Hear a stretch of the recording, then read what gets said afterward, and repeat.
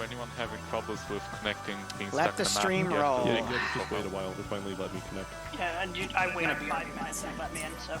Yeah. Same here. I'll stay here. Liru and Anderson OnlyFans when. For those of you who don't know, Anderson's the head honcho that runs all this. 127 people in the TeamSpeak channel, so this will be some of the biggest Friday Night Fight stuff we've seen. That number has been bumped up to 150, so I'd love to see a few extra communities come join us, or solo guys. Including everyone. I know They better Task have Force 121 is going to peace get a animation so we group can in be starting seen in next week, different and poses. still waiting on BIA to get their group in. Nah, why not use Gary's mod to do it?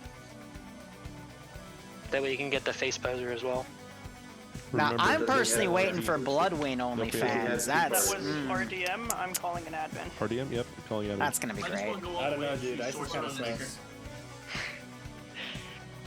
Yeah, Especially maybe when he'll make it done. No people done much. Yo, I was on Yeah, so 135 was the limit No, last I was week, but they on completely cams. remade their roster let's do to the allow left for people. 150 people. Now I will. You can fake cams though. Yeah, I was doing your mom. Yeah, You saw me. Damn! Hey, security was closed when he was on cams, not gonna lie. Liru was watching me the entire time, so. Somebody's saying to Yaniski that they're doing is one of those shit TSPs linking into FNF. Yeah, Yanni, how's your mom doing? No. Wow. Not over Jesus here. fucking Christ. Has she Leave been her, leave breaking his mom quarantine? alone. He's mine. Has she, no, she's had to adapt. She's doing the Mormon thing. where On it's a fucking men's small with a sheep. side note, can do any of the staff, can we discuss the new layout we have for the role selection screen with the 2 platoons and all that? And some people might. I'm sure he will be going over that. Both teams, they prefer filling up Platoon 1 and then they just leave, put whoever else is left behind back in Platoon 2 rather than like evenly splitting it. Where they belong. Platoons are just like the outcasts. So I'll just give you a quick synopsis. I'm sure Anderson or Indigo will go over it later, but basically the platoon leaders, so of first and second, and the company leader will be the only ones talking during slotting, but you can organize it however you want. It's very possible to do it in 1 platoon, but it's also possible to have 2. I believe they said vehicles and air assets will be in commander chat. Indigo, correct me if I'm wrong.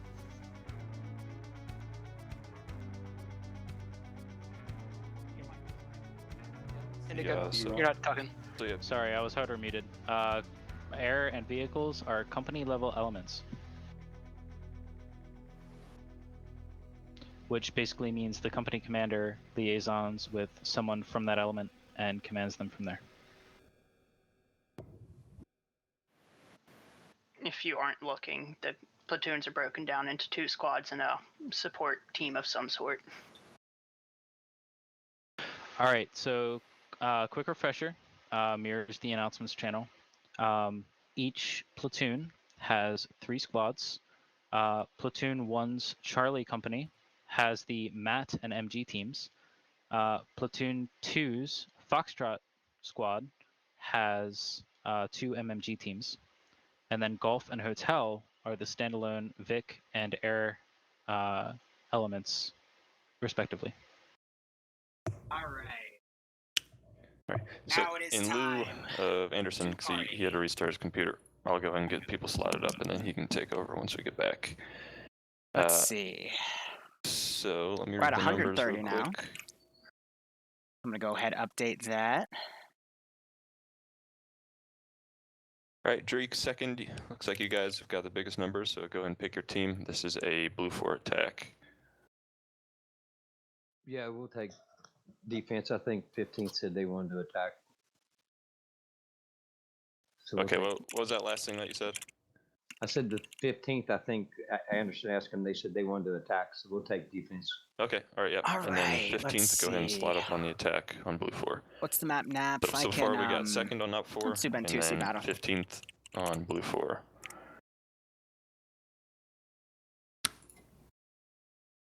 And it looks like, yeah, company command might be useful for the attackers at least. All right, so how's chat doing? All right. Sorry, I didn't have the second- music or looped. or I next, let's decided to get, go downstairs and get my get Denmark 1RW. mead. Something called Ride Me Old. Just go ahead and decide if you want to attack or defend 1RW. It's a little more potent than actually no, it's got a little more harshness than not medieval Viking's blood. Attack. All right, go slap blue. But relatively the same Is taste. platoon open? So I'll go ahead and drink this up when I It's can. company now, but yes. Okay. No. No. Ah. Molotov, know if who were someone your had lads a in plan EU? If you mean for EU in that, general, but I'll I might not admit have it been was a around for little that. slow, but So they had some go ahead good and just moments here and there. slot somewhere in blue. The title is edited. 19th, I think they did all right. I can't think of Let's anything get, outstanding. Let's get CSC. Go red. 29th, go red. Did you get CSC, let's go Bravo 1. Adding Barbarian to the multi as well. 29th, let's go to Charlie for now.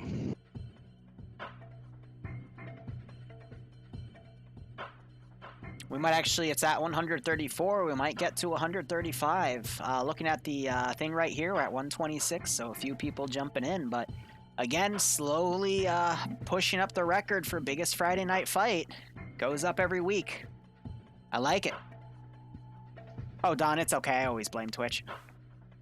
All right, let's get Ooh. CSC. I slide you guys on red, right? Or did I say? Yeah, I did. Yeah, I did hear one group say Okay. they're going to have the All right. 15th go on Let's one get, side. So, yeah, AA, we're going to see Milsim go groups blue. also duking it out. Anti-Stasi, go blue. TF121, go blue. We'll keep this going.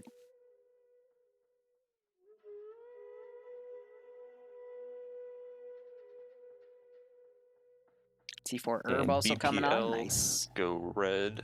T4 and T5 are two SOG, really good if I haven't players slotted in you yet, FNF. Go red.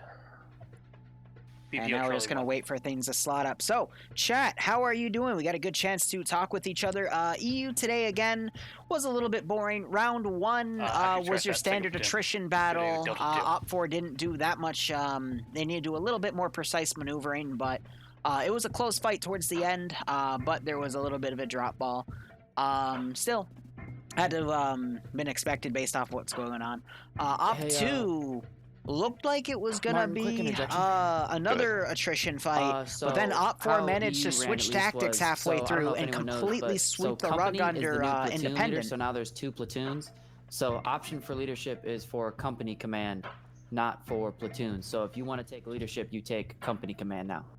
That is correct. We will talk about the roster change, by the way. But Op2 was a nice 180 there.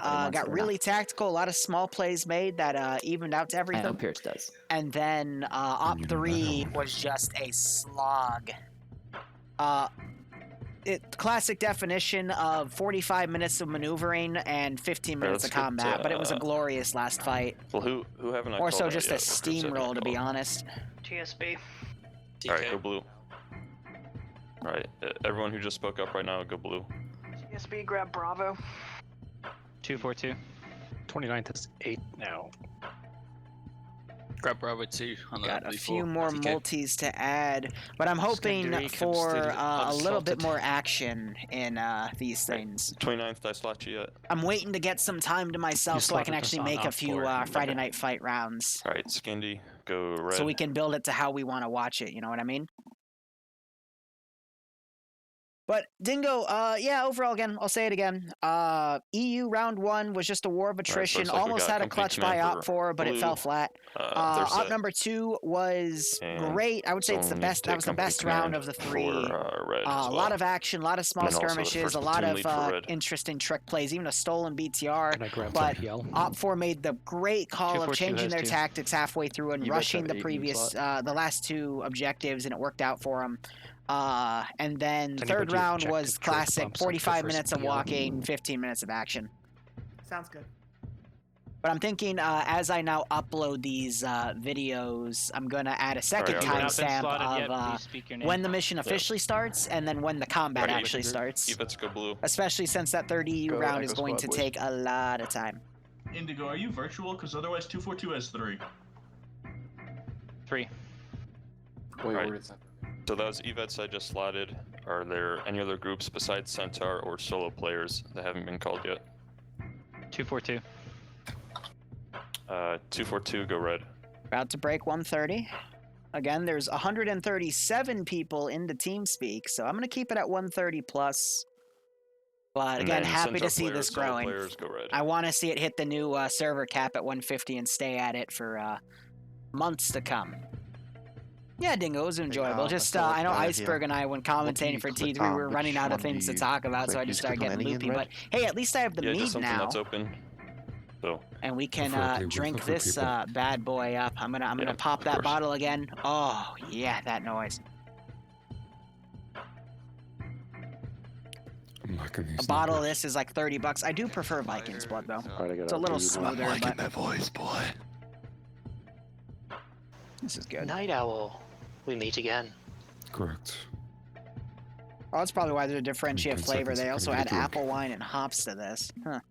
Could you get me one? How does one get such a voice? Here, I know, break. right? Just because. I like true meads though. There's a lot of meads out there that aren't real Pirates. meads because they just add honey Animal after the steroids. fermentation process. Alright, The so honey I has take it to be there's in no the one that needs to be fermentation slotted still, process. right? You can always tell by the flavor. Stand by. Individual players are slotting right now. Let me show you guys who's in. Did you slot Vito?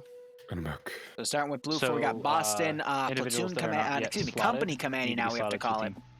It's because there's now two And 20% platoons blue on each advantage, side. Put them on blue. Yeah, it's switched now, so. Actually, hell, I can yeah, just let's go scroll through ahead, this roster. So, solo players besides Night Owl, So we'll Snow, stay you guys up are good here. where you're at. But everyone else is solo. We got a lot of Go slot TSB up on players. blue. Wow, So if I put Azariah you and on Big red Boss before- are in this. Go slide up on blue. Nice.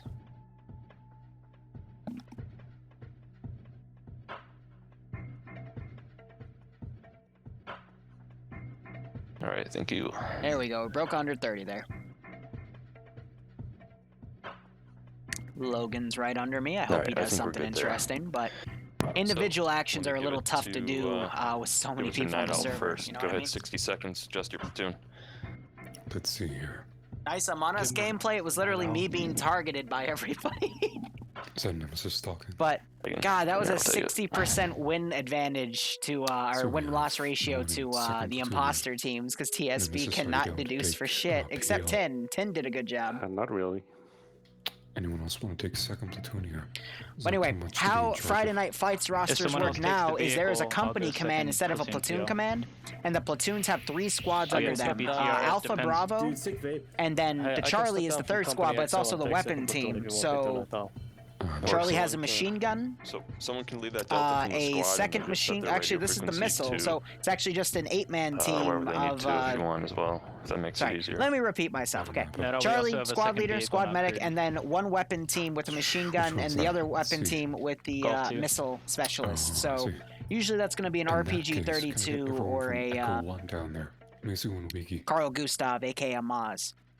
And then same that thing something you're for willing to take? Delta, Echo, and Foxtrot, except Foxtrot is the And then weapon Wiki, if you team again wanna with a machine hop in gun. with him as well. But it is It would be only the happiest person in the world. 2 machine guns. So Right. the Recommend only Wiki AT replaces you'll someone in find is Echo in 2. Charlie. So that's how they Echo still have the 7 3 up there. machine gun teams and the Can you single hop down AT there, please, Wiki, team to to Echo 2? bounce it all out. That Alright. Delta team previously was. And then you have your Right, how you looking at Foxtrot, it? again the weapon team. So then you Not have too bad. Gulf, If we can get which one are your person from vehicle Delta crews, and then 1 or 2 Hotel, which are your pilots. Squad lead, I'll be happy. That's how they changed Alright, the cool. roster up a little bit. But basically, that's how they Boston, made the 60 roster seconds, go ahead. bigger because that roster Alright, had a Frost, you got a maximum of mic, right? 123 I got a mic, yes. or Oh, wait, 26 Cool. people. All right. Anything wrong with your platoon? And you one see? of the biggest advantages they can give are numbers advantages. I'm pretty happy. And we weren't able to do that last week because we were literally filling out the entire roster. The thing is, make sure you have someone on Foxtrot get on your platoon net. Yeah, That's my only thing. I'll fix that up. All right, just fix that up during. Ah, Dingo, safe I'd love start. to, man. Big Bust was it? Here, I'll send you something real quick. Hey, can the guys down in Charlie 2 roll up to Alpha 2? Sure. thanks. Also, Big, can you get a sergeant? I would highly suggest it. Let's get Yeah, I would either pull from one of the SOC guys or one of the TSB guys. By the way, Boston, you're still missing one vehicle down there in Gulf 1.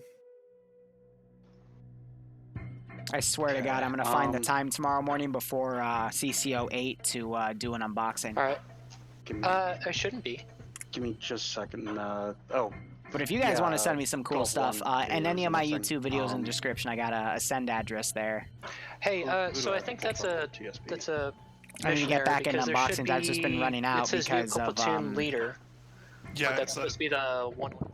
part of the I've just been super freaking busy with school, and it sucks because I don't want to be that busy with school. I want more time for you guys, but this one freaking class, man. CCO 8, remember that 6-hour thing I did where I was crying in the beginning? Yeah. I was commanding like what was it, like 60 dudes against a bunch of just 2 vehicles. Durka dudes that tried to spawn camp us for 6 hours. Volunteer something. That.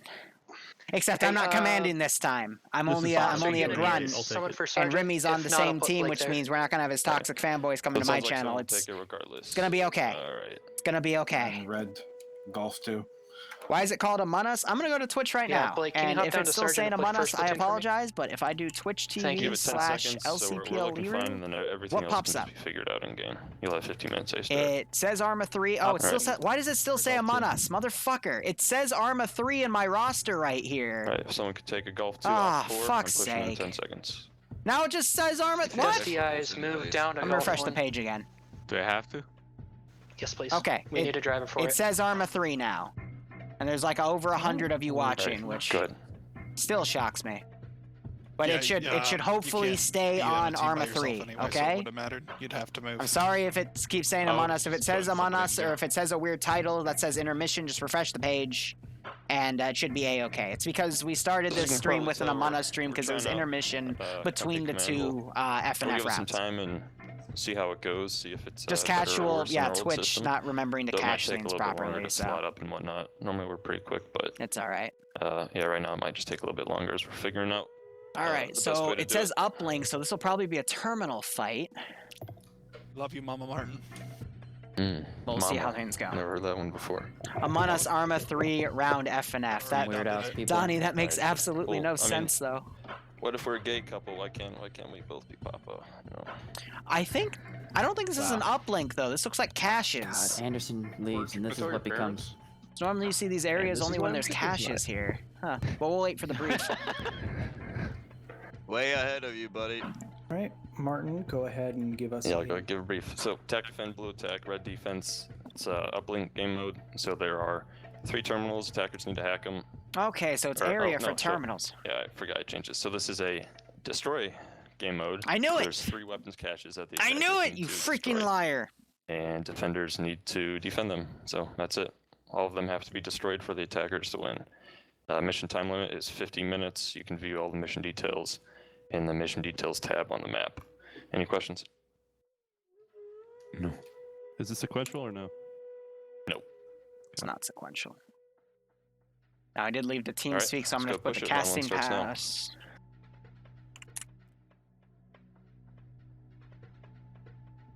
There we go. A little bit of lag there. Hi, Daddy. We fixed my Hey, shit. Barb. Okay, hey, add Iceberg to your multi, by the way. Why? Because he's streaming, and you forgot to add it because he's a dum-dum. Okay, but why Adam? Good point. Because he technically leads the TSB group, so it would be interesting to get his POV, I guess. Bleach me. All right, so over 130 people playing in this round of FNF, and we're having a few more people bleed in. We'll probably get up to 135. So again, setting records every week as we get bigger and bigger. Oh, whoa. Last I checked, it was 134, which is in the history of 6-year history of FNF. They haven't had a night this big, and oof. I'm glad we could grow it that way, though. Man, you and me, it's been great. Hey, man, the both of us, we're growers, not showers. No, you're not. Anyway, Little Birds... Lamau. The Little Birds are armed. They've got a single 7.62 pylon. I get why they do that, but it just, as someone that likes symmetry, it pisses me off. The one in the rear is the 50 cal. Oh, you're right. That's a GAU 8. Yeah. Yeah. Nice. So I wonder if that's it could be just a. Actually, would that be? I think that's a no. Gao 8 something else. This is a Gao 12, Gao I think. 12, Yeah, that's Gao it. 12. Gao 8's the 20 mil on the A10. Yep. Yeah, that's it. Gosh, I got him confused. My bad. But 50 cals with a little bit of shielding on the front for the gunner. That's awfully considerate of them. And then we have just a bunch of transport Humvees and then some armed M2 Humvees for Blue 4. But not a lot in terms of large group transport. So we might see Blue 4 divert a lot of different routes here. And then keep talking. I got to switch my name back to Liru instead of give me Twitch URLs. Sure. Yeah, no problem. Pretty sure those Humvees can fit 8 people total, plus including the driver. So let's take a look. The open top ones, I believe, are 8. Yes. So it could carry the Alpha 1 and Alpha 2, for example, but it couldn't carry the Rust, the squad lead. So I think they're gonna be limited. Although they also could pile people into the M113s. Let's see, how many marksmen do we have for Blue 4? We have Freeman and... It should be 2 each on the platoon. By the way, in the Casting Couch chat, I've added another stream because people can't get this to me on time. Yeah, sounds about right. No, so 2 little birds and 2 marksmen, so we might see double the marksman's mountain drop-off. Yeah, similar, right, Whale? Because they definitely like to do that. Except there's should be BMPs and stuff, but otherwise. So something interesting to note, Op4, first off, works on Op4. I hope he comes and joins us later for a round, but they've got 2 Cormet missile launchers, which have 3 shots apiece, and then they've got the Cord statics. Also, slight fact correction, I've been saying for the past few weeks, Cords are 14.5 millimeter. They're not. They're only 12.7, so I apologize for that. The NSV is 14.5. Yes, that's the sit-down one that's the bigger caliber. It's gonna fuck you up. Yep. Like you'll get a bit more effectiveness, penetration, etc. with the NSV. But oh, you love talking about penetration, do you? Oh, dude, just piercing through. And his mic cut out, which made that even more beautiful. Anyway, let's look at where they can put those statics down. So if we've got this northern cache here, so these black areas are what Blue 4 sees. They don't see where the exact cache is. Barb, are you okay, or did you lag out? No, I'm still here. All right, your mic petered out. I'm sorry. I know you have that issue a lot. Yeah, with not just your mic. Yeah. But I'm looking at these cords here. Not the cords, the Cormet missile launchers. We've got a lot of big hills in the AO, but the map kind of cuts out just as you get to the big hills. So unfortunately, there won't be any large Overwatch they could do with those Cormets. They're going to be forced to take that a little closer, but there's definitely a lot of hills around that they could set those up, or they could put it on top of a building or something. Just kind of keep it a little more inconspicuous. Yeah, the northwesternmost cache doesn't look to be too defensible position. They have that big kind of almost gully or valley, whatever you want to call it, to the west of the cache itself, which is a nice open area for them to lay down some machine gun fire in. But apart from that, it's fairly exposed. I don't know, the 50 cals could pierce these buildings fairly easily, I believe. So they could do something with that. As far as the Cormets, we have point 161 just to the east of that northern cache. That could be a decent Overwatch point for both the northwest and the south, looking into the approach of Liestal itself. Some opportunities here, some interesting positions that could be utilized. It'll just depend on if you're able to recognize that. A little bit of thunder going on in the map. Personally, I think for Blue 4's attack vectors, yeah, right? It catches me off too. I always think that's outside. Like the thunder effects are really realistic, and I love them. But if I was Blue 4, I'd probably utilize the forested routes to get up to the first cache. That at least gets me within the ballpark. Second and third cache are a little bit tougher, but at least for the second cache, I would rely on the northern ridge at least to get me some good Overwatch. But there's a little bit of trees that get up to a single building and a big rock, which puts me in a good position to shoot down on it. But with that being uphill, there's a lot of buildings that can look up at that position. I'm looking at a big hospital building that you can fully enter. They can, shoot back up. So it's a little bit of a dangerous position, but there is room back here for Blue 4 to potentially go around the hill and then attack up the MSR, or at least come around in the back and hit from the east. It's just, at least for the Cash and Lystal, there's just a lot of openness that, honestly, if Op4 were to just hold this one town and send some harassment in the rear, I think they could definitely do a good job holding this one cache. And it's got a big area, so it's a lot of options. But honestly, looking from afar, I would either put the cache based off of this area and what I can see. I would either guess it's in the red building or the church.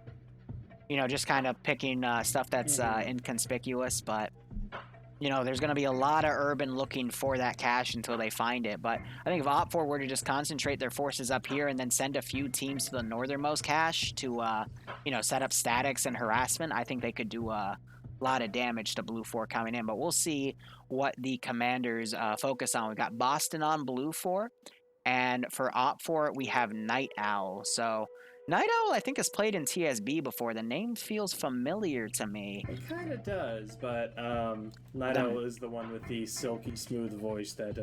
oh, yeah, you're right. Never mind. But yeah, no, I love that dude's voice. But Boston, we'll see what he pulls. He's got Freeman as one of his marksmen, Big Boss, actually stepping up to platoon command. So I don't think he's with TSB today. I think he's just jumping in as a solo. Again, aka Homebrew Cocaine, however you know him. And then the other platoon command, just to scroll down. I can't even find the damn thing. I've got this amazing roster that's supposed to show me everything. Okay, I'm right on. So we have non-TSB Frost there, and then Olaf is his platoon marksman. And then scrolling down for Op4 command, we have Martin as one of the marksmen. Scrolling down to platoon command 2, I actually don't see a second platoon command. Oh, there it is. It's buried under Charlie and Delta, man. So we've got Nemesis doing a marksman role under Severe, who is commanding that second squad, or platoon. So many new terms I gotta wrap my head around because they change everything. But I think the biggest questions we're gonna have is let's answer one of those right now. Let's look at Charlie 1, or excuse me, it'll be Charlie 2. So T5 Bay for the Matt team gun has an Igla. So those little birds are going to be kind of screwed from the get-go. But looking at Blue 4 Charlie 2, their AT that was not what I wanted to select. Who'd you say? Let's try this again. T5 Bay. Yep. And then Stahan Bay, I always call him Stalingrad because I get his name wrong. He's got a Carl Gustav. So honestly, those even though the little birds, I mean, one's got a Gao 50 cal, which that chain gun can do a lot of damage. The other one has a general suppression 7.62 M134. I don't really see those little birds getting a lot done since they are going to be fighting against an Igla. Maybe they've got jammers that'll help them with strikes, but I haven't really seen that in FNF. So that's going to really just fall to the M2 50 cal Humvees and the 113s for infantry assistance. Yeah, I wonder how effective that 7.62 Little Bird is going to be. With the 3 chords in play, the 2 pilots need to play very, very cautiously. Oh yeah, Dingo! I loved the Christmas themed operation there. The 50 I love the thunder with the snow. I have no doubt is going to be effective. That thing can probably pen the BTRs. Yeah, that thing will be able to pen those BTRs, but from the top down. Looking at those AOs, I feel like those little birds are going to be the most effective in the westernmost one because they have all this terrain to utilize and, quickly go over. But yeah, I would love to see some like folded gap style, like hovering and going back down beneath the terrain because the hills are pretty tall enough for it. I just got to find the right place. But some of these forests and some of these hills, just Oh yeah, this is perfect. So Yeah. 105, 110, just pop up, let some rounds off in the building, go back down.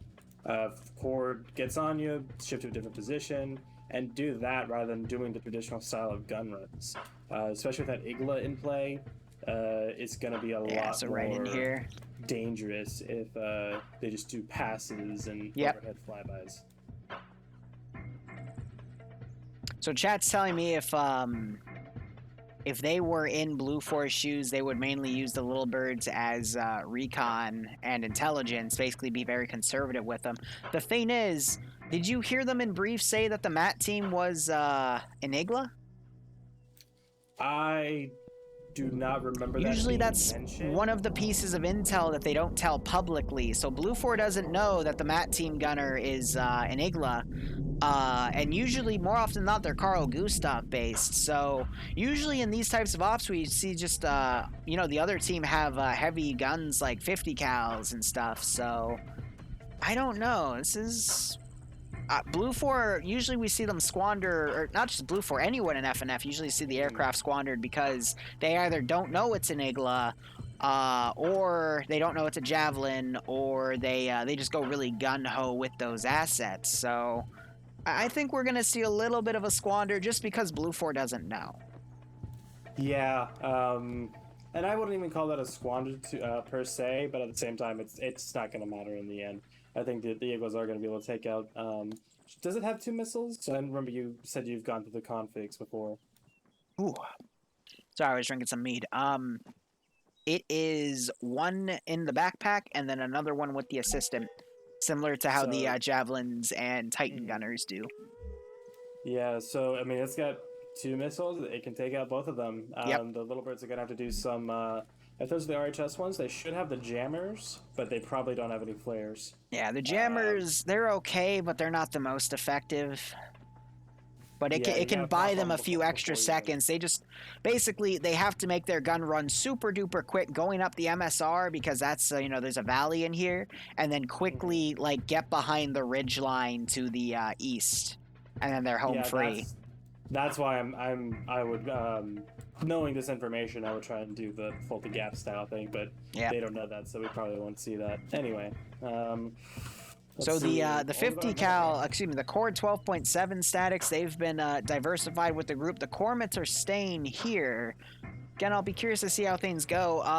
BTR 80s compared to the 113s, both can easily pen each other. That 50 cal can tear a BTR 80 apart, but that 14.5 on the BTRs can easily tear apart the 113. The difference between the two is the 113s have 100 round boxes. The 14.5 on the BTRs only have 50.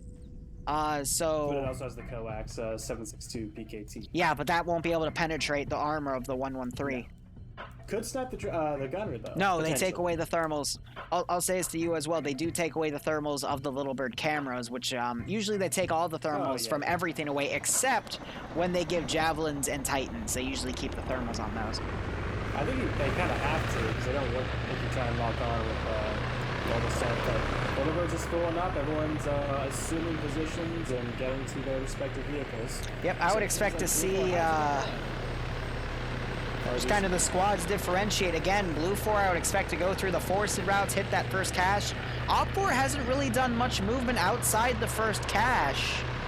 So maybe they just might try to play this super conservative here. There's time ahead for the safe start. It just popped up 3 minutes for me. Yeah, no, they still got 3 mics, but we're just waiting to see. Maybe Blue 4 will also change their vector here because they got a lot of area to work with. But either way, I don't know. It'd be cool in chat about booby trapping the terminals, and the squads do have combat engineers. Denoted by the little triangle under none of them. Warwick is one. So that is a Crazy Bread and Friday Night Fight. You either gotta set a timer. Is Crazy Bread from Little Caesars? Or be alive.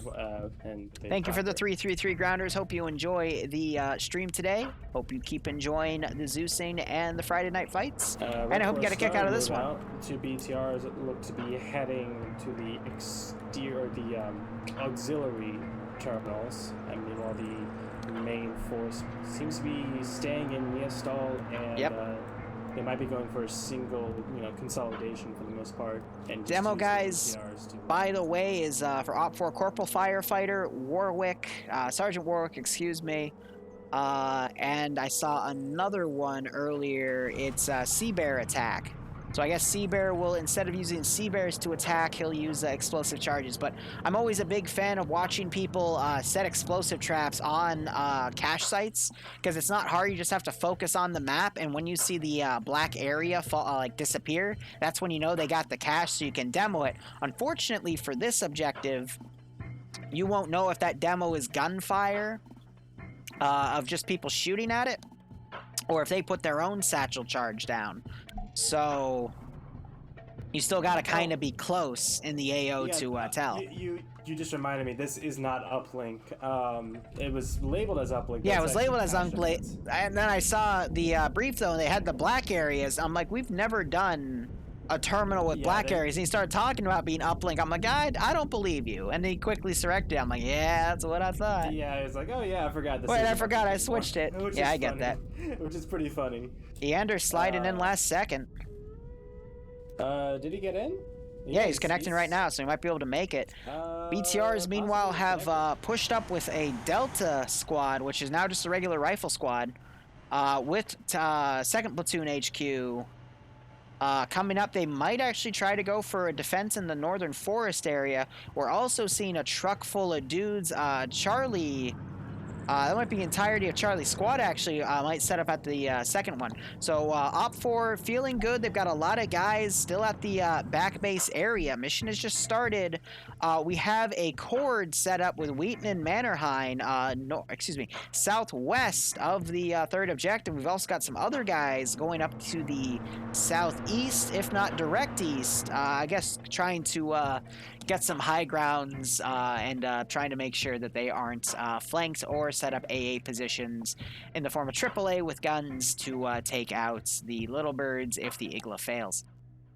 Yeah, I'm interested to see what the combat engineers are able to do. But personally, I would have had to move out quickly because they're still trying to get to Arksop in the northwest. Yep. They'll get that before Blue 4, but their time will be somewhat limited as we're seeing those Little Birds kind of recon out for the northern part. It looks like they might be... I think they're doing a wing here, and they're going to go just go on station or just check that area out. Possibly a feint as well, because most of Blue 4 force is heading south. We see the entirety of Bravo and Charlie, which is, by the way, Charlie's now the weapons team that has a machine gun and the AT. Specifically, Charlie 2 has the AT now. We see some Alpha going down. We're seeing Platoon HQ and Gamma, which is the vehicle crew. Both of those 113s are loaded with a shit ton of infantry. Actually, there wasn't enough vehicles for everyone to be transported. That's unfortunate then. So some of the Vics will have to be doing logistical stuff, or they're going to be very disjointed and separated for any attack that they're doing. Yeah, so it looks like each Vic could only carry 6 people. I could have sworn you could carry 8 with it. What, the 113s? Yeah, you should have. No, the Humvees. Oh, yeah. Could have sworn you could carry that, but yeah, I mean, they've got all the Vics almost completely full. I'm only seeing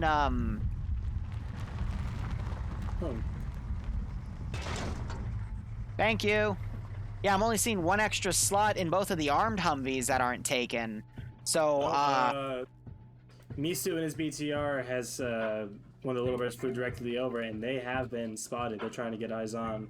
Yep, I lost sight of the other Little Bird. I thought it was shot down for a second, but they're actually out of the AO on the northern side, just lying in wait. But yeah, the Little Bird's going north. That's going to draw a little bit of Op 4's curiosity to the north as Blue 4 is prepping this massive push in the valley. This is going to remind me a lot of the previous NAP fight we had. Yeah. Where it was absolute. It was a great fight. I see that. Charlie 2 has a guy unconscious. Worse than that. Oh. That's of Humvee. Oh no. U.S. soldiers. That's 4 dead. Guys, this is why you don't play bumper cars. Look at DeBrit just sitting down on the floor, defeated. It's just. And Stanners, I think the passenger is still up medicing himself, but the driver's out. The gunner's out. So we have a blue 4 fumble. They should be able to take the spare wheels out of both of the Humvees and at least get that armed one back in action. But that is, how many skulls do we have on blue 4 for that? That's at least 4, possibly 5 1, 2, 3, 4, 5. 1 unconscious. And we have another dude in the car okay, and D-Brit, I think, is glitched out. But yeah, that's... No, for me, he's medicing himself. Oh, okay, he's just sitting down on the floor for me, but... Oh. 5 KIA already on blue 4, not the start you want to see.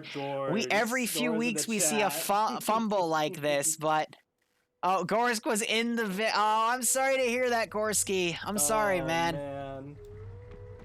I got him right here. T. Gorski was in the armed Oh, man. This was both of the armed Humvees, by the way. I just realized that. How do you... They're going to have to do wheels to get...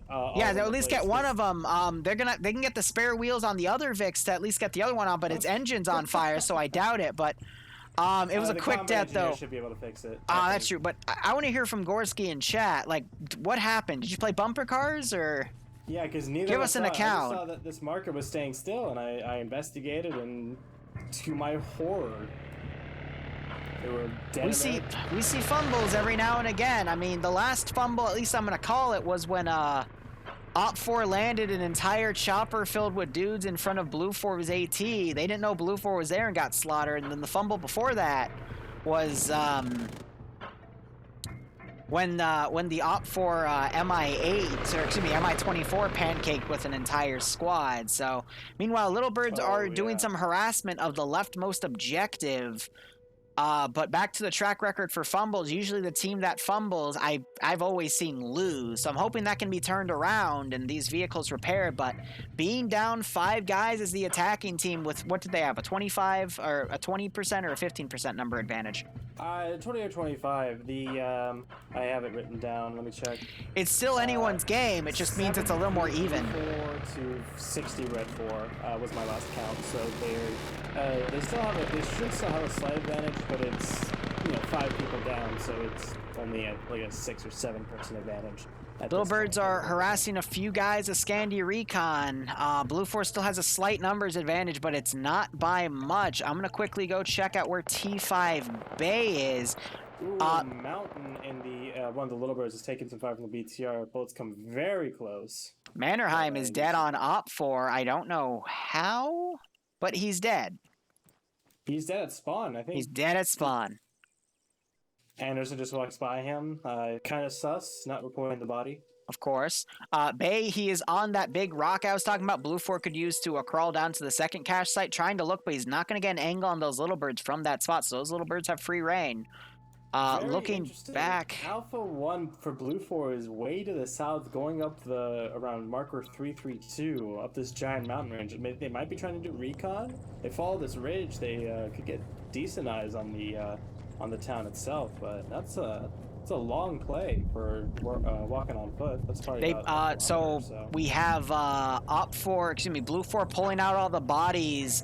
This was Charlie 2 that died, by the way. So the AT guy died. One of their MMGs died. So I'm seeing Standers now picking up the Matt rifle. Someone's gonna have to pick up all of his ammo. This is gonna stall Blue 4 a little bit more, and we're already 10 minutes into the round, and this is only a 40-minute round. So. Or no, 50-minute round, so it's tough. Misu and one of the BTRs has gone to the northernmost road trying to... Yeah, they're Little Bird hunting. Harass the Little Bird. Well, it's not just that. They're also up here trying to make sure Blue 4 isn't doing a wide flank to the northern side, because Op 4, based on... They don't know where Blue 4 is deployed yet. Mm-hmm. So they're just trying to keep things spread out. It's good for Blue 4 that they were able to spot out the BTRs and... Yep. Get that kind of information going. They at least have that going for them, which is nice. They have sent up some good defenses over at Arcsoft, from what I can tell. Some guys in the forest, the trenches, a couple guys in the town, there should be 4 of them. Probably sent some charges, who knows. Ooh, what? The BTR just shot the pilot out of the Little Bird! Oh, you gotta be fucking with 14.5, Little Bird down! Which one was that? Please tell me it was a 762 and not. I think it was the 762. I'm gonna check with the other one, but that was a beautiful shot. Yeah, legs is at the 12.7 if it depends. Yep. So that was The pylon on the also- farther right is still up, so that's the 12.7 But It did wow. take out Twig King. Twig King was in that Little Bird as well, and I think they were the platoon like sergeant, the two I see for the command element. That is a big ouch there. Yeah, well, I mean, it makes sense. The matchup, little 762 Little Bird couldn't really do anything against it except maybe pop some tires, but even then, that's not enough with fighting against 762 and 14.5. I digress. Man. Blue No, he Force shot him out with 14.5. It was like literally the BTR could not have made a more perfect shot. It had a slight lead. The third bullet made the hit. It was beautiful. Oh Lord.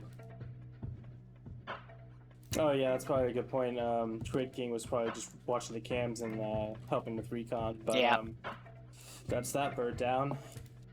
And Other Little Bird has diverted south to now help with the platoon movement. At least with those Little Birds going north, it might make Op4 think that Blue 4 is up on the northern side, because I'm looking at the arrows of where Op4's cameras are pointing. At the northernmost objective, they're mostly looking northwest and west, but I'm seeing a few also check north very quickly as well. Yeah, and still a couple of people looking south down that MSR, going by Rorycloth and down over there. But for the most part, yeah, that it worked at least as a distraction for the northwestern side, though. Arcor and Miso up there to the very, very north. After a while, they're gonna be like, yeah, nothing else is up here, and that attention should spread out a bit more over time. Yep. So we're seeing another bit of a vehicle rush by Blue 4. They're going to the bottom right of the map, all the way on the southern corner. They might try to assault this up this valley.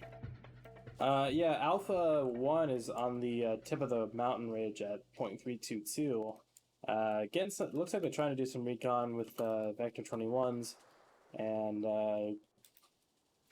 I'm a little bit surprised that they're trying to go for the city objective first. I like Blue 4's plan here, because that's the last place Op4 would suspect. Going up this area, you've got a big ridge on your left. You can put people to overwatch, such as your marksmen. You got all this forest that you can set machine gun teams up on to cover in a major push. And the push doesn't even have to be down the MSR. It can first go for that close hill on the left where Wheaton is. And then from there, you've got a good bit of area to pop smoke grenades on while you're having all of this cover, especially from your 113s. And now you can take out any units that come from downhill on the northwestern side to reinforce. And you kind of just take Op4's defensive positions out from under them. But, I mean, you can tell by Op4's deployment, they're not expecting something like this. They've got a few defensive installations to the south, sure, at least fortifications facing south, but they're not expecting something like that. No, nothing of this size. And I'll agree that if they're able to coordinate their force, or if Blue 4 is able to coordinate and overwhelm and overrun the Alpha forces at Liestal. By the way, real quick, the best bet. 113s have deployed their infantry. They're heading up the MSR. I think they're going to try to do a feint here to draw people away from that southern group. It's a little bit close, and those 113s are a little vulnerable on their own, especially to 14.5 fire from the BTR. But I think the Little Birds were able to call out that the BTRs are way to the north, because I think they spotted both of them, or at least one of them. So 113 should have the numbers advantage there. And they're also, I guess, testing the resolve of Op4 to see if they have what type of AT they've got set. Yeah, Logan and Moose are in the Logan and Straight are in the lead BTR, 113, and then Moose and Dust Ties are in the rear one. I'm not a huge fan of this move. They've still got to waste before they any Op4 positions, but the M113s don't know that. It feels like they're flying a little bit too close to the sun for my preference. Especially when we have people like Martin up in the hills. They say the hills have eyes, and this is no different. I swear, this is a window. I think they've also come to realize that because they're turning tail. he's bipoding it through a I think window. we either taking an alternate route or waiting for the word from the infantry coming up from the south, which is absolutely the right move. In my opinion. Hey, in the meantime, this gives me time to chug my mead, which I just did. Should I do it again, Barb? Yeah, here, I'll drink my whiskey with you. Why not? Let's give him a warm welcome, shall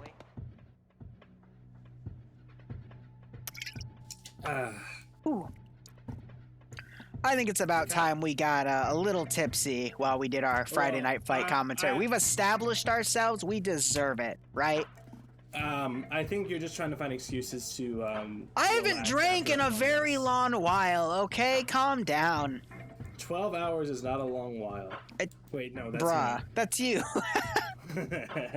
All right, so we got the Little Bird with the Gao 8 going along the large ridge on the right. Could be potentially staging back there to do that top-down attack. They got to be careful, though. Actually, I'm not even going to say they should be careful. They wouldn't know to be careful because they don't know that Op4 has the Igla for their mat team gunner, so... Yeah, Blue Force. What mead is called Ride Me, Myod, MJOD, kind of with bad. the O's slashing it. Limited time to work with, but being in a proper position would make the execution kind of quicker, prefer I think they're going to go with the same Vikings blood to it, but it's still it's pretty bold on itself. I dare you to say that 5 times fast. Say what 5 times fast? I was talking about my mead. Prior proper planning prevents piss poor performance. Prior proper planning prevents piss poor performance. Let's say it 5 times fast. Look, Barb, I know you always like to do things fast, but sometimes, especially with your partner, you should take it slow. And I hope you learn that one day. I'm sorry, there's a reason my nickname is the Jackhammer. Sorry, I was drinking to ignore you. Anyway, so look at this Little Bird. It's actually doing that plan that you talked about. It's going to basically use this hill, do a little bit of recon. Oh, are they actually? Yes. Yep. And it's at a range that Op4 can't hear it from down there. So they're not going to be alerted by it unless someone on the far ridge turns around. We have Dooley and T5 Bay. They might have spotted some movement on that ridge, but if they were to turn a little to the left, they would be able to see the Little Bird. We can't really see it because of the range of our render distance is locked for spectating. But, I mean, that's not a bad spot to be in for Blue 4. And Blue 4 also, basically, they're going to move up this ridge line. I really hope they do not assault down this ridge, because if they're caught out of position right there, it's going to be very hard for them to maneuver. And there is a 14.5 millimeter setup over here, and it could easily tear them apart. Excuse me, 12.7. It's a cord. 12.7. Jeez. It's a fuck up machine gun. Like it'll screw you up. Let's just go with that. Yeah. It is classified as an HMG, as in hurt me gun. There's about 35 minutes remaining in this round. And I can already feel my maid. Woo! Alright, 113's one is staging outside of the 3rd sector. The other one is kind of at the T intersection. We have Boston with Blake kind of outside. I guess they're going to command from afar here, so they don't have to worry about getting shot while they lead. And Op4 still has a big amount of units split out. Yeah, so, a decent split. I'd say about, 1/3 to the north and 2/3 down in HMG hurt me good.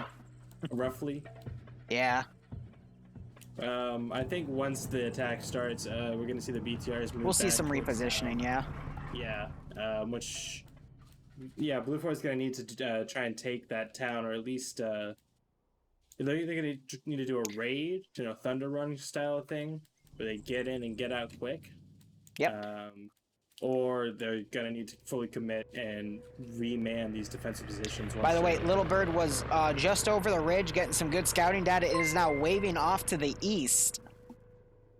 Did it take any fire, do you know? No. Oh my gosh. Norwegian, you are a genius. Hey, if we're in spectator and we want to adjust our render distance, we do page up and page down.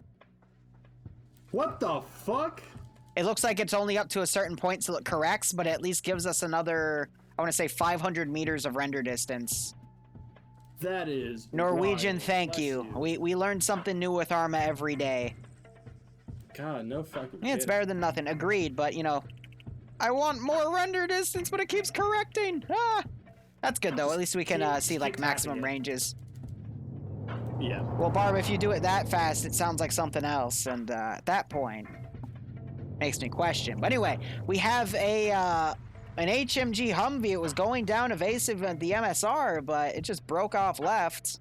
I think they're just trying to test that route to see what'll happen. And we have Martin running up on his own as the marksman for one of the platoons. He has no idea that the entirety of Blue Force is up here.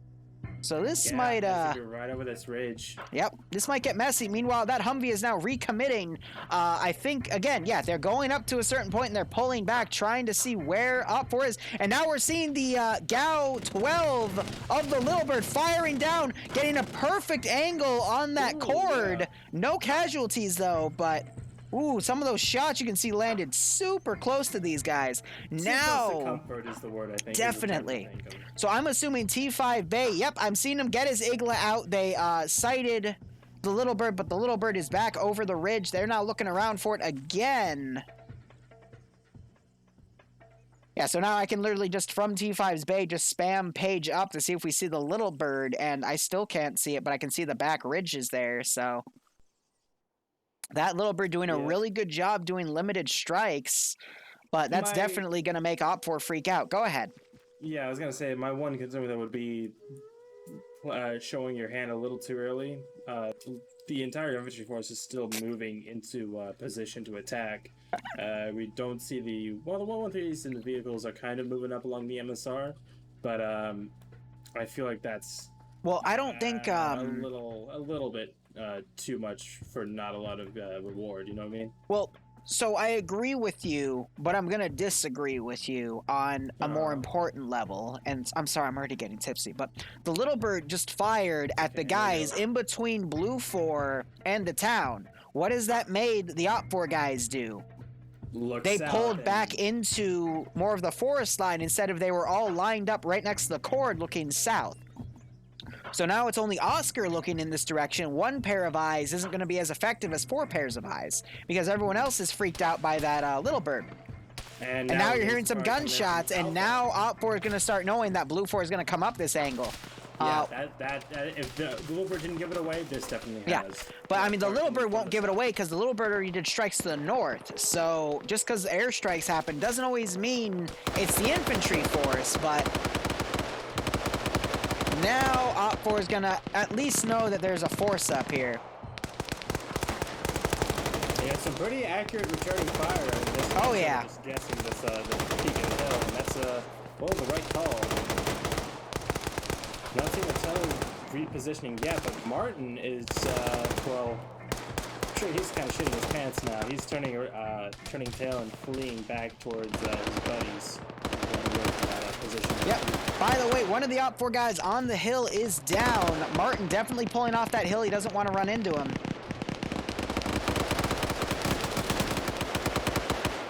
Yeah, we see Oscar. He can't bipod his weapon. We're seeing that figure 8 infinity. The infinity symbol of the weapon sway really doing an effect here.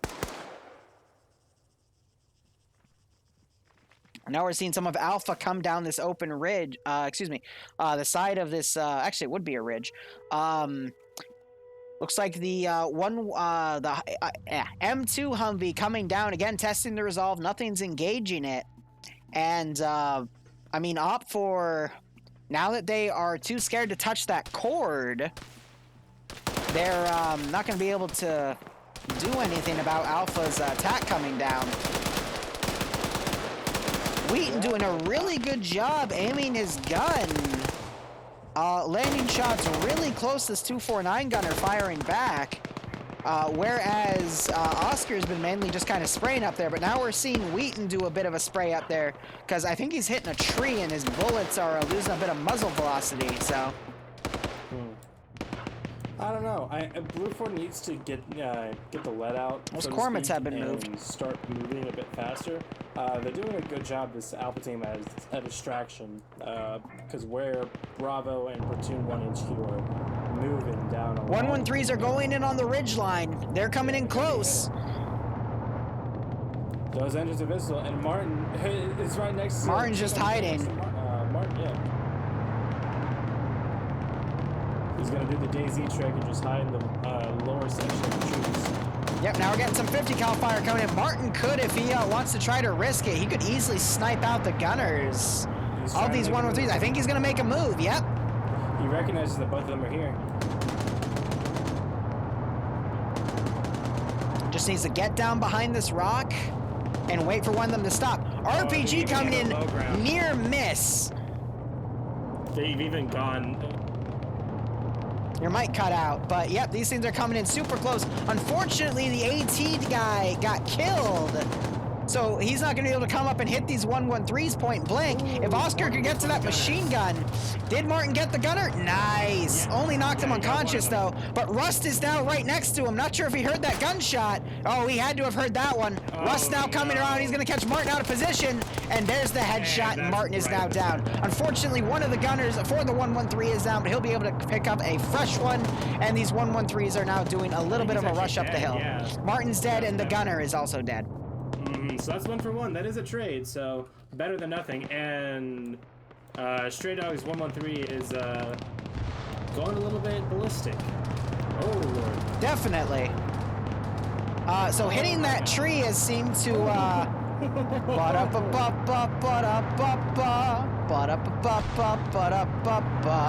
think Almighty Muzz disconnect from the server caused a little bit of a desync spike there as the server recalibrated, but yeah, Stray Dog just learned how to fly. That was powerful. Who needs physics? As many armor veterans will know, physics are more of a suggestion than a law. Yep. But they've been able to recover, so... Wheaton quickly backpacking one of these cords, trying to take... I think only one backpack spawned. No, I see the second one. I think he's trying to break it, so at least Blue 4 can't capture that cord and use it against Blue 4. Oscar, that's not a friendly vehicle. Oscar just wanted to play nice with the 113, but the 113 wants his blood instead. Ooh. Oh, no. I think he's trying to grab the other part of the cord to go mobile with it. Or he might try and reassemble it right now and try to take it a little bit. Well, Wheaton already ran off with the other backpack of it, so there's no way he'd be able to reassemble. Oscar trying to crawl to the tree. Stray Dog unfortunately running out of bullets and doing a reload. Yeah, so that knocked over a tree is just going to give Oscar more concealment here. Now he's just trying to set up again. Yeah, you're right. They're closer to the northernmost one has repositioned down south. The middle one repositioned to where T5 Bay and the AA station for them is. And the Blue 4 infantry are still 300, 400 meters out from the city proper. Yeah, but they've been doing a lot of... I disagree with you, because I've actually been watching them maneuver there. Again, getting set up in the forest line here. We got one group coming down the MSR. We're going to see the 15-minute warning, though, in the next 5 minutes. So Blue 4 is going to have to be very mobile here, but I would say just based off of the time advantage, Op 4 has the upper hand. A lot can happen in 20 minutes, but there's still quite a lot of distance Blue 4 needs to cover across the entirety of Blue 4's group. We see another RPG shot get launched by Cyrus. That was a second miss, unfortunately. And they are getting that 113 recruit with 50, and they're looking down, trying to catch any player out of position to engage them. We're seeing some blind fire from one of the BTRs up on that hill where the previous BTR was, but no avail here. I would say one of the ways that I could see Blue 4 winning in this scenario would be having that Alpha team that's still up, or Foxtrot team rather, that's still up on top of the hill, run logistics almost, take those... See, as you say that, Alpha's actually mounting up in the 113. I think they're going to charge in. One of them accidentally hit the... Nope, they were throwing a smoke grenade to try to conceal their advance. Maybe they'll try a town rush. That wouldn't be bad. But they're going to need to use these vehicles and keep them alive, most importantly. There are some Zamak or Gamaz trucks in the town, or whatever the fuck these models are. But they will be able to use those along with some UAZs, which have some decent carrying capacity. But they're going to need to keep them alive, and they're going to need to get into them quick, because there's not a lot of time left on the clock. I don't think Alpha's going to be able to load everyone in that 113. They got 10 in there now. I don't know what their Oh, problem is they before. just might. They're trying to fit the marksman in there as well. There he goes. Yep, never mind. I stand corrected. It's a clown car. I don't know what the deal was earlier, but they got everyone in there. It's now. because someone shut the back door, and when the back door is shut, you can't load people if you're using scroll wheel, but if you use ace, you can still do it. But I'm willing to bet they're going to try to rush in and just be the forward element to this massive Blue 4 push that's happening. I think Op 4 has been reluctant to pull its guys off the other objectives because they haven't realized just how many Blue 4 guys are down here because they've only really dealt with Alpha and the 2113s. You know what I mean? Yeah, once they face something stiff and numerous, like this whole infantry force, things might turn around, but we'll have to wait and see. But I hope we don't wait too long, because yeah, they mounted all of Alpha to literally go 100 meters. Are you fucking kidding me? I guess they didn't trust this open field here, but I get why. I get why for security, but at the same time, I was expecting a little bit more. You know what I mean? Yeah, like, then again, if they just rolled up to these H barriers and then dismounted. Barb. What? You know why they didn't dismount? Because Tom Cruise, the star of the show, has a machine gun, and he's looking right up to where Alpha was, but he's already getting target fixated with the bullets going to the east. He needs to stay watching his sector, and he'll be able to take care of Alpha. We all know Tom Cruise has plot armor, and he should be able to win this. From his position, he should be able to hear that 113 engine. At least I can. We have a TSB charge. Iceberg leading the charge with TSB going into the town first. Well, they got a little bit of cover. They're using this building. This building is completely enterable, and they will be able to use that as a little staging point to shoot down in the town. This next gap going in is going to be really difficult, though, but I'm hoping supporting elements can come down and help them. Meanwhile, the BTR is actually getting some ambush fire almost onto the TSB group. Yes, but so is the Little Bird with the 12.7 firing down. I think it's trying to kill Gorski, because fuck Gorski. But Gorski is still alive, unfortunately. JK, I love Gorski. But he's in the chat. There's two different Gorses, I guess. I didn't even realize that. Well, yeah, no, there's Gorski that died in Blue 4, and then there's Gorski with 2 eyes, which would make him the cooler Gorski. I just heard an AT shot get launched. Don't know where that went. Oh, it landed on, it was the Carl Gustav on Arcor's BTR, and it is smoking. Oh, yeah, those are guys down, and the driver's still up, but it is on fire. It's gonna cook. That would have been by Charlie. Oh, but you gotta remember, they actually, Charlie 2 is dead, so that AT got redistributed. Misu, get out. Misu, unfortunately, is going to explode. And he explodes just as it, he dismounts just as it explodes and manages to survive. But rest in peace, Arcor. Again, he is the guy in charge of Friday Night Fights. This is his show, and he's now dead. He's dead. He's dead. He won't rise from the dead using his admin hacks and kill everyone. There's no way. It can't happen. Now, I'm also curious. I'm going to look back at the Op 4 body. I don't see his marksman rifle. Why do you do that? We got one of the 113s pushing up, helping the TSB group out with some supporting fire. Yeah, unfortunately, they're mis-PIDing some of the buildings. They're thinking there's people in there, but it's really just a cabinet. God, I always get my cabinets confused with Op 4 members. It's tough. And Wiki is trying to inch his way up to potentially harass the Alpha push coming down. But within the next 20 seconds, we're going to see that 15-minute warning come in, and it's going to be really worrisome for Blue 4 because this is still going slow for them. Wait a second. 2, 1. No, there's an extra like 10 to 15 seconds after. One of the there it is. Yep, there it is. But one of the Humvees has just driven up to the northernmost cache, trying to check it out, possibly to cap it early. And, actually, no. Stray Dogs 113, both the crew are dead, and the 113 is smoking. That is out of commission completely. Yep, you're right. By the way, we completely missed this. One of the caches is gone. Yeah, the Humvee just ran up and blew it up or something. I don't even know what happened, but Op 4 is pulling away. I mean, this is kind of good for Op 4 though, because now they don't have to watch that, and they can hold the central cache. Back at Liesto, Wiki is going Rambo. He's a medic. He's going up into the forest. I called this out like a minute ago. Forehead. Alright, well, hey, you miss my call sometimes, okay? Anyway, TSB fighting with Op4. Iota's running up, trying to find Hudson. Hudson's down a floor, though. Oh, yeah, we got some nice... Sholin coming out, getting shot to death by Iceberg, but unfortunately, E-Jimmy has gone down, but a medic could pick him back up, which is good. Hudson pulling back, TSB doing some good security here. I'm glad they are on the up end here. Good boys. Does good security. My good old community. Wiki coming up, though, could do some significant damage. And go ahead and speak. Bredo, thanks for the 3-month resub. Just in time. We got a little scraped up. I hope the battles are fair as well, man. I hope you keep enjoying the ops. Hope you get a kick out of this one. I hope you are staying safe among COVID-19. Some compatriots, including a Time Lord and a Patriot, actually. My eyes are on Wiki right now. Yeah, I was about to say, Wiki has come up behind this group of 4 up here. And he's looking on how to make his move. He's got to be strategic here. Throws a grenade, not a bad call. The grenade bounces off to the left, and now he runs up.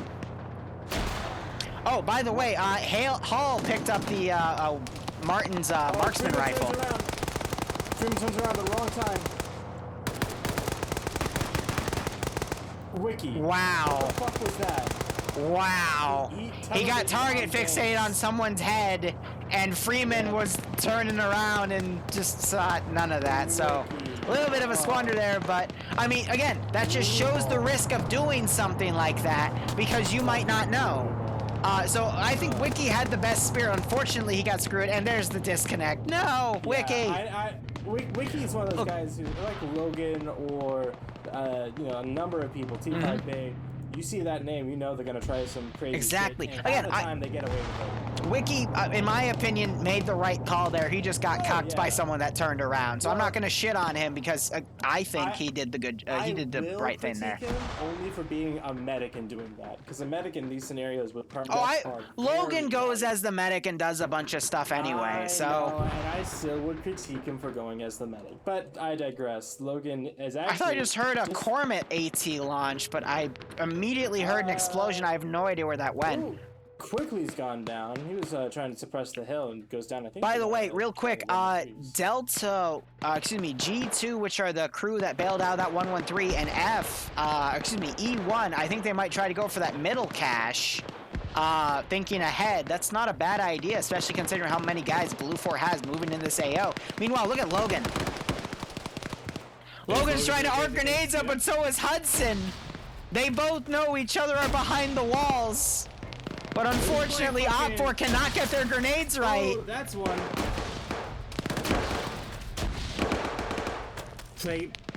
Logan showing how he can adjust things, but look at this. Logan running around, catches Johnson out of position. But Logan goes down to Nilsson. Oh, that was beautiful. That was a great call by Logan there.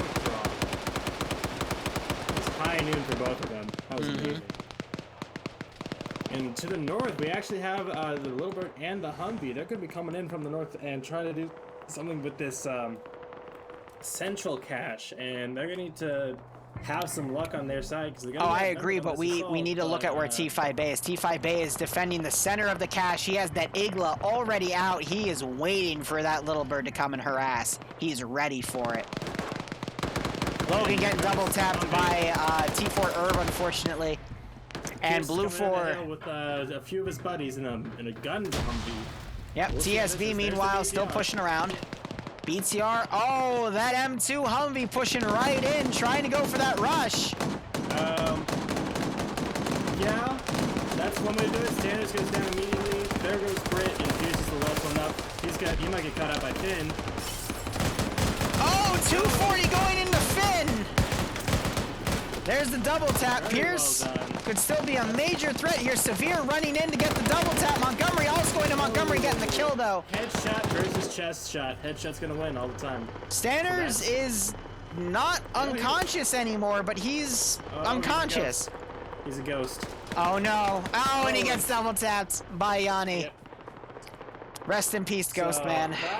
That could have been... It was a thunder run, don't get me wrong. Yeah, I mean, well, they did that on the previous cache and it worked, so they were thinking that Op4 was completely invested in the third cache. I would have probably made the same mistake, to be honest. So meanwhile, TSB getting their numbers whittled down. We see Slushy bleeding out. Looks like he traded with 2 guys. Legs did a gun run on the BTR. It's doing fine, and Bay should be coming Where out is Bay? soon with that, Bay has the Igla. He's pointing it, trying to get a lock, but he's going to lose it because he's going to fly by the house. That is expert flying by Legs, keeping low enough so we won't be harassed by an Igla. That's well done. That's very well done. Agreed, but that's not going to be able to cut it because we have 9 minutes and counting left. Blue 4 knows about this though, because they're sending more forces to go for that second cache. They're not getting tunnel vision here. We're also seeing another vehicle coming up. That's the other 113 with a few additional dismounts. They're going to do their best to try to harass that cache. But what I'm worried about is Blue 4 and Op 4 look pretty even in this AO, the third cache. So it's going to be close. It's going to really rely on the maneuvering of the players to see who does the better PvP. Again, we have Legs flying by. And now the 113 is coming in on a Thunder Run. And they're going to take Where's the AT? They have a BTR and an M200. Yeah, the BTR is going to start shredding on. Hearing that 14.5 millimeter firing. Gunner going down. And there goes the hole. And that might be all the crew inside. No one's even trying to get out. Everyone, there's one guy that's actually, both guys in the back are not unconscious. They're not going anywhere. Oh, they're dead. Never mind, they're dead. They're dead. Whew, I think they're gonna wait it out to see if the guns would just go off and then they try to sneak out later. But yeah, RPGs don't care. Unfortunately. Yeah, those guys are cooking right now. Lord. So I think that's gonna, well, I was about to say that might be, I think that's gonna be the nail in the coffin. But now we have G2 and a number of other Blue 4 infantry coming up from the southeast of that cache now. Trying to fight uphill, take out the BTR, and move into this area, while the rest of the Blue 4 still trying to get even near the church. We have 7 minutes and change remaining, as Slushy is going to be Hold the up. Blue 4 to try and get inside. Hold up. Someone's gotten out with the 240 Bravo.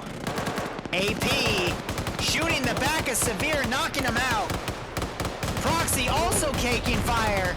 If Northern would stop digging that trench, he would see that there is a dude with a machine gun shooting the shit out of his friends. But Northern is none the wiser.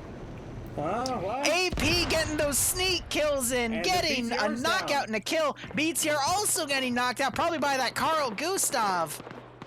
AP might be able to just mag dump the cache. If he might. And Blue 4 is advancing. This is close. This is very close. Aper's taking some fire from the rear here, but unfortunately gets knocked out by a stolen 50 cal off of Yanni. So good call there, stealing that. But AP could potentially wake back up. But yeah, Finn's got to keep the eyes going. I'm hearing more and more explosives go off, probably from traps. That trap was dead on. It blew a building up, but didn't get any KIA. AP woke up just to get domed by Big Boss going down by Jemiah. Yanni got the double tap on AP, unfortunate, but AP, I mean, that was a really good call. But now we got Blue 4 guys running up. Grenadier rounds going into the barn, putting some pressure on PJ back there. It's close. It's neck and neck. It's just going to be a matter of who can win the PvP. Because Blue 4 has to win 2 fights. All Op 4 has to do is win 1, and they're okay. That's the power of the defense. Here's the thing. Well, yeah, I agree with you on that sense, but here's the thing. Oh, wait, hold on. Look at the northern one. 2 Op 4 guys are about to be caught out of position by Fisher. Fisher with the 249. Come on, Fisher. Fisher! Fisher! Fisher, you... Why isn't Fox firing back? What's going on? I think he wasn't sure, or he was... What the fuck was that shit? He was playing... And then Vito almost shoots Fisher, but Fisher ducks to a point Matrix style. He needs to double tap. What is this? Severe getting double tapped by Serby. Northern Rob staying right up to the fortifications here.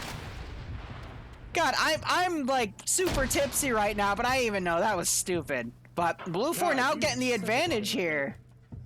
Serby flanking around, might get caught out of position by Dooley here. Dooley's gonna catch Serby up, but Northern knocks him out. Nice. But we have Jedi and Penn flanking around. Meanwhile, looking at the other fight. Vito just put in a satchel by the barn. Uh-oh. On the south side of the barn door, you see that? I do see it. They might try to blow that out to move through it.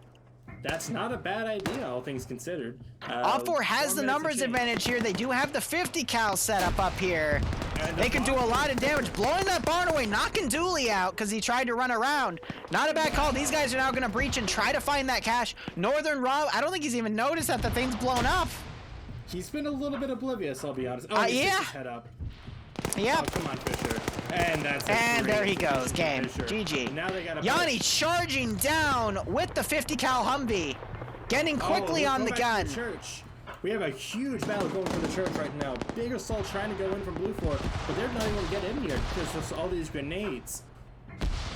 So many explosions just keeping them. Dude, less than 4 minutes remaining. I haven't seen a close match of FNF in a few weeks. Like this is close. Have you noticed the fog? It's getting a lot thicker. Oh, Fisher about to make it into the northern cache, but he gets picked off from Nemesis with the marksman rifle. He is the Yanni now running in. Unfortunately gets mag dumped by McSwagger. He was sprinting too much in. Riot's also trying to join him. Swagger also firing. Swagger has a, he only has a rifle, does a quick tactical reload. Riot might run around. Dooley unfortunately woke back up and gets Swagger down. Frost is trying to catch Dooley. Oh, what a good execution. Looking back at the church right here, we have Firefighter. Liru just got bodied by a rocket from, I think that was either Frost or Vito. 3 minutes remaining. No, it was Penn. Penn hit him with a Carl Gustav. And Jesus. They gotta find the cache, throw grenades on it. Vito getting another kill as Op4 trying to come in. Nemesis is down, by the way, because A-Watch and Church jumped him from behind. Oh, man. Op4 needs to push to that cache. Blue 4 could make it to that cache unmolested. Looking back at the church. Blue 4. Hoyt is the last one. Hoyt is the last one inside the church. They push in and kill him. It's their church. It's their cache. Would this be considered bot? Like, look at where that fortification's dug. That's a little cheap, if you ask me. Whoa, this grenade! This grenade! Oh, Hoyt taking some damage from that. Erickson, no fear. Oh, Hoyt goes down. Erickson gets caught in the crossfire. They have the southern cache. They just got to go demo it. Now all eyes are going to be on the northern cache. Frost and Vito have made it in here. They see it. They have eyes on. And Vito, he has a second charge. He's put it down. Did he set the charge though? I don't see red wire. I do see red wire. I do see it. Vito's got to demo it. He might have put it on a timer. That's the northern cache gone. That's gone. 1 minute, 30 seconds remaining. 90 seconds. I think Kevin's trying to put something on this cache. There's the charge. Yep, there it is. This has been so fucking close. But Blue 4 has it at this point. Yeah, they just need to detonate it. I've noticed the past two areas, Op4's just had too many guys like in a garrison close by, but not physically at the cache. Kevin just and that's what's costed them. And they're exfilling. They're getting the fuck out of the church, and they need this. This was exciting. This was awesome. This was definitely more exciting than the other three ops in EU, in my opinion. Kevin still needs to detonate it. He's going back. They need to. Kevin forgot to set the charge. There's 1 minute remaining. Who's gonna win, Kevin or his incompetence? What is he? Is he defusing it? Defusing bomb. He defused his own charge. 45 seconds. Kevin, you freaking idiot! Do it! Come on! He probably set it on too long of a timer. Too long of a timer for detonate. Just blow it. Just blow it. Check the math. It's the last cache left. Focus on the objective, not the hostiles, Kevin. Kevin! 30 seconds. Kevin blew himself up. Oh my god. Oh my. Wow. Kevin for the clutch. That was close. And was that Frost up north, I think?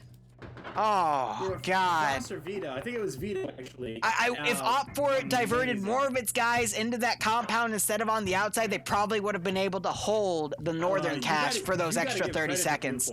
You gotta give credit to Blue 4 did an amazing job. That's the first time I've seen them aside lose players in the beginning due to negligence and then back it up and come back in the round. But let's 30 seconds remaining. Oh man. Let's go up and listen to the round. I want to hear the bullshit for this. Yeah. What a round.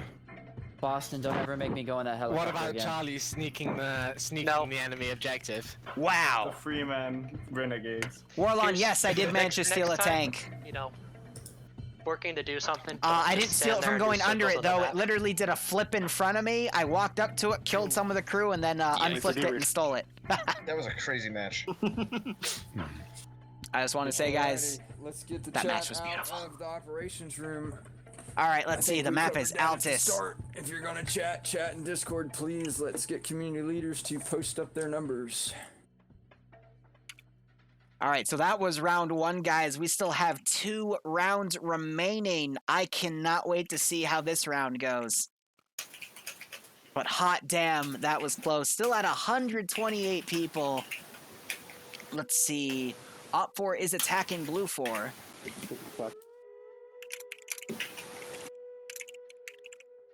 Op 4 is attacking Blue 4. We're now transposing the assets here. And I will go ahead and switch the music up. Which would play though?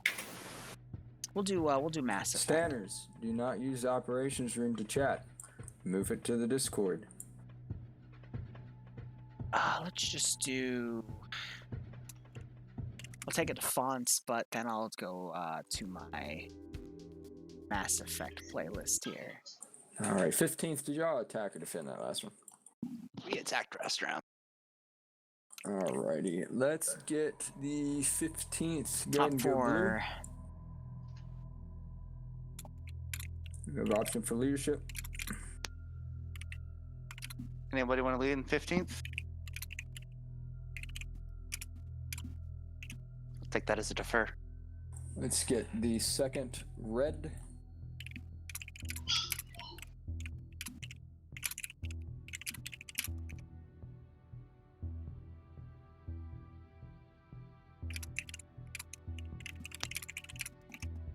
Let's get the 29th red.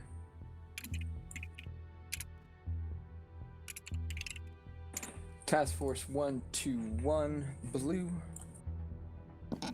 All right, let's make sure the mission command updated. Excellent. Excellent, excellent, excellent. Round 2. Wait, no, it didn't update. Fuck. Just have to spam the save button after hitting space. Let's get Yvette's on red. There we go. Go ahead, platoon 2 again, boys. So chat, how are you guys doing? I'm tipsy right now, but I mean that was a beautiful round 1.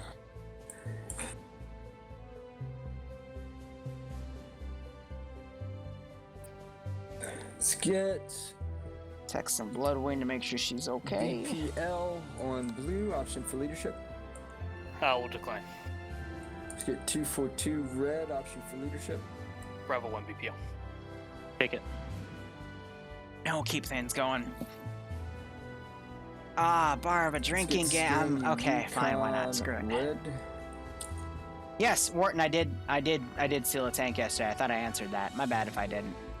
The tank, it was an angry dinosaur, aka Agios the Dionyos. I para-dropped in. It did a massive flip, landed on its side. What do you say, run? I then killed the crew, 2 of the crew. Actually, no, 1 of the crew. Waited for another crew to leave, and then unflipped it, and then took it. When Slim gave me the $5, I refunded it after the stream. I told him just give it to the charity. Because that's where the money should go. 1 RW blue. Let's get whatever it's called, Barb. Red. Oh, Nemesis made this map. Cool. Where were you last summer? On blue. I love Nemesis. He's such a good PvP player. Also, I should probably pick my slot. And I'm going to turn the music down just a touch. All Centaur individual players on blue. And I'm actually just DM'd me to say it was his mission, so. Scale 1 to 10, I would say about, let's say 10 being like blackout drunk and 0 being sober. I would put myself at a 4 right now. And let's say 7 being drunk. Like flat out drunk. Let's get TL on red. We'll go ahead and put. I'm excited though. Let's see what Nemesis made. Again, we're around a little under 130, but I'm not going to update on missions. Red. Is there a group? I have not slotted. Time to open the bottle.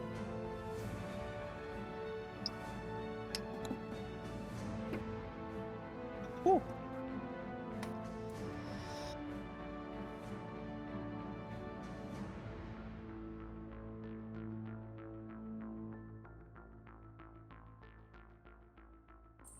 Alrighty, so we have Indigo and Sphere.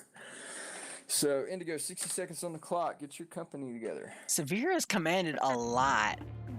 He commanded twice in EU and was told to actually switch out. So he was shadow commanding through someone else and thingamajig. But I think he's really just getting the experience down because he's gonna I need lead a second Op 4 person to in volunteer CCO 8 for Golf tomorrow. 1 BTR 80, second crewman.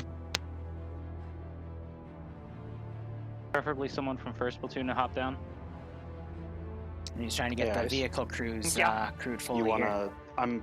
I'm platoon leader on that. If you wanna crew with I can come down and grab it. Someone grab team lead for me, please. Severe versus Indigo Fox. Barely one team lead. Thank you for the $5, Warlon. Thank Appreciate you. it. Blue 4, Op 4's good. Alright. I stole a tank. Sphere, 60 I seconds highlighted on the it too. clock. Get your We'll see company it come together. up on squad leads. on If you've YouTube in a slotted few team days. leads, I need a squad lead in every squad that has fucking proper team leads in them. What is CCO? It's this 6-hour It's just PvP gonna make the life of event your platoon leader once a so month, much easier hosted if by there's no mucking Coalition. around with radio nets. My first one was the last Thank you. one I did, Alpha has which one. Bravo has no squad leader. I was yeah, command of Blue 4, and that Thank you. was. Alright. I'm never commanding a CCO again. That was Sphere, that was I've messy. got Foxtrot 1 as a 2-man team. I'll But keep them under Severe me. will be commanding my Okay, that's fine. my side, so We can absorb. we'll be them into Op 4 something Russians fighting Blue 4, and Alright, looks like we it's are basically a pretty Friday much night fight, but good. with We got a reinserts. full vehicle platoon. And Nice. also, it's gonna be like Warlords, Alright. if you know what that game Who's mode set? is on Arma 3. But Alright, instead of let's AI, push the it's just match. all players.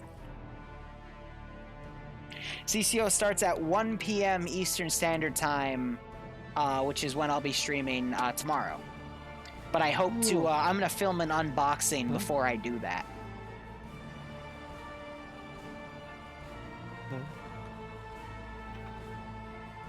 I told Barb I was 4 out of 10. I'm 5 out of 10. Bordering on 6. But alright, Nemesis, I'm so excited. This is his mission. So here we are. 55-minute game time, 10-minute we are. setup. Op 4 getting a very Alrighty, limited start what is zone. our brief? And it's a terminal wave attack. Cool.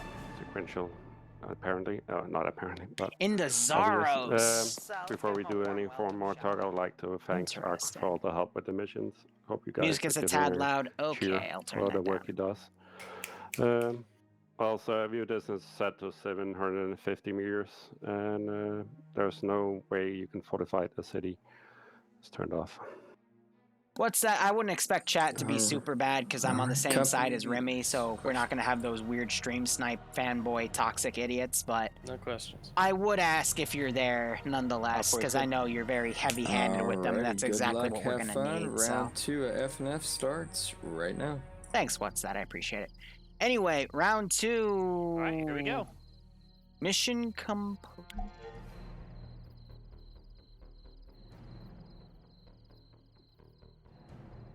Damn it, I crashed again. So That was a great round 2, guys. Amazing. Craig. Oh.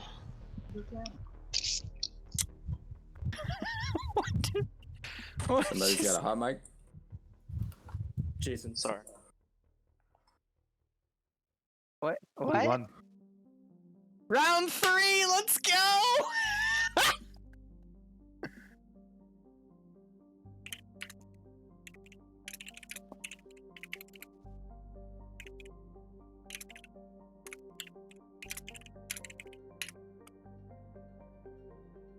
Wow. What's happening? Why are we all back here?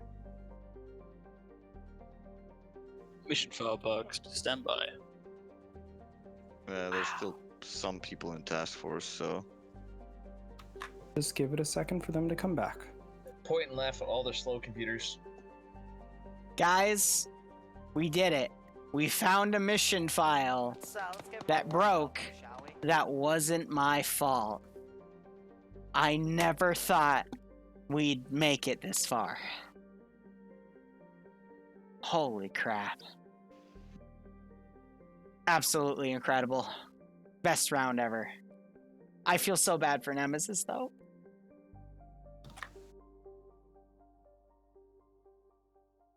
I think this deserves Jimmy, some could you chugging. go somewhere else?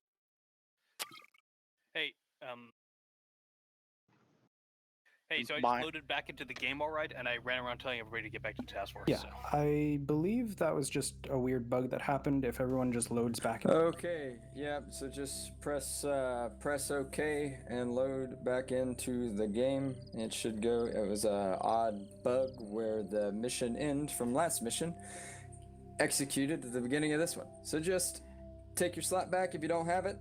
And All right, we're back in the round. I agree, that was probably just a weird bug. Well, that's a first. Did you hear what the bug was? Yeah, the mission ending from the previous mission bugged out this mission, which I think is funny as hell. That's amazing. I've never seen that one before. I haven't either, but you know, my Arma, God. it's Arma. Anything's possible, but everything's still okay. All the slots are okay. Page up won't let us go so far because the mission render distance itself is set to 750 meters, so that's gotta suck for the marksman. Yeah, but hey, at least it makes that easy. Oh, so this drinking game. All right, you got your drink ready? Don't pour too much, but pour a decent little amount. I don't have a glass to pour. I've just been drinking from the bottle like a pro.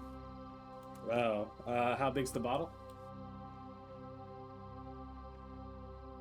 Is it like a 12-ounce bottle? Or, it's like a big bottle? Barb, they're not here to watch us play drinking games. They're here to watch us shoutcast FNF. So I'll meet you halfway, because I'm at a 6 out of 10 right now. Let's go. You were just at 4. I know. That's what happens when you chug it.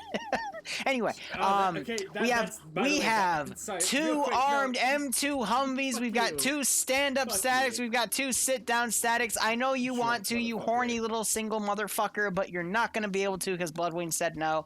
That's what we have on Blue 4. Op 4, meanwhile, we have a bunch of gazes. Guys with abs. And actually, she prefers girls, but we have another one of those Oh, okay. I think they're reloading the mission because something broke, or they're just resetting it. But yeah. So Lydia Terminal Rush style game mode with Op 4 attacking. Yeah, they're just resetting the mission. All right, what's the drinking game? Let's go. Okay, so it's very simple. It's my favorite drinking game. It's called Chug. Okay. You chug, so go fucking chug. Okay. When do we start? Just then. I just finished. Oh. You dumb motherfucker. My bottle's empty. That's why I asked if you had a drink ready. Classic. God damn it, Liru. Alright, well, here, now my objective is to get drunker than you. No. You're the one who started this. This is your fault. Anything that happens is your responsibility.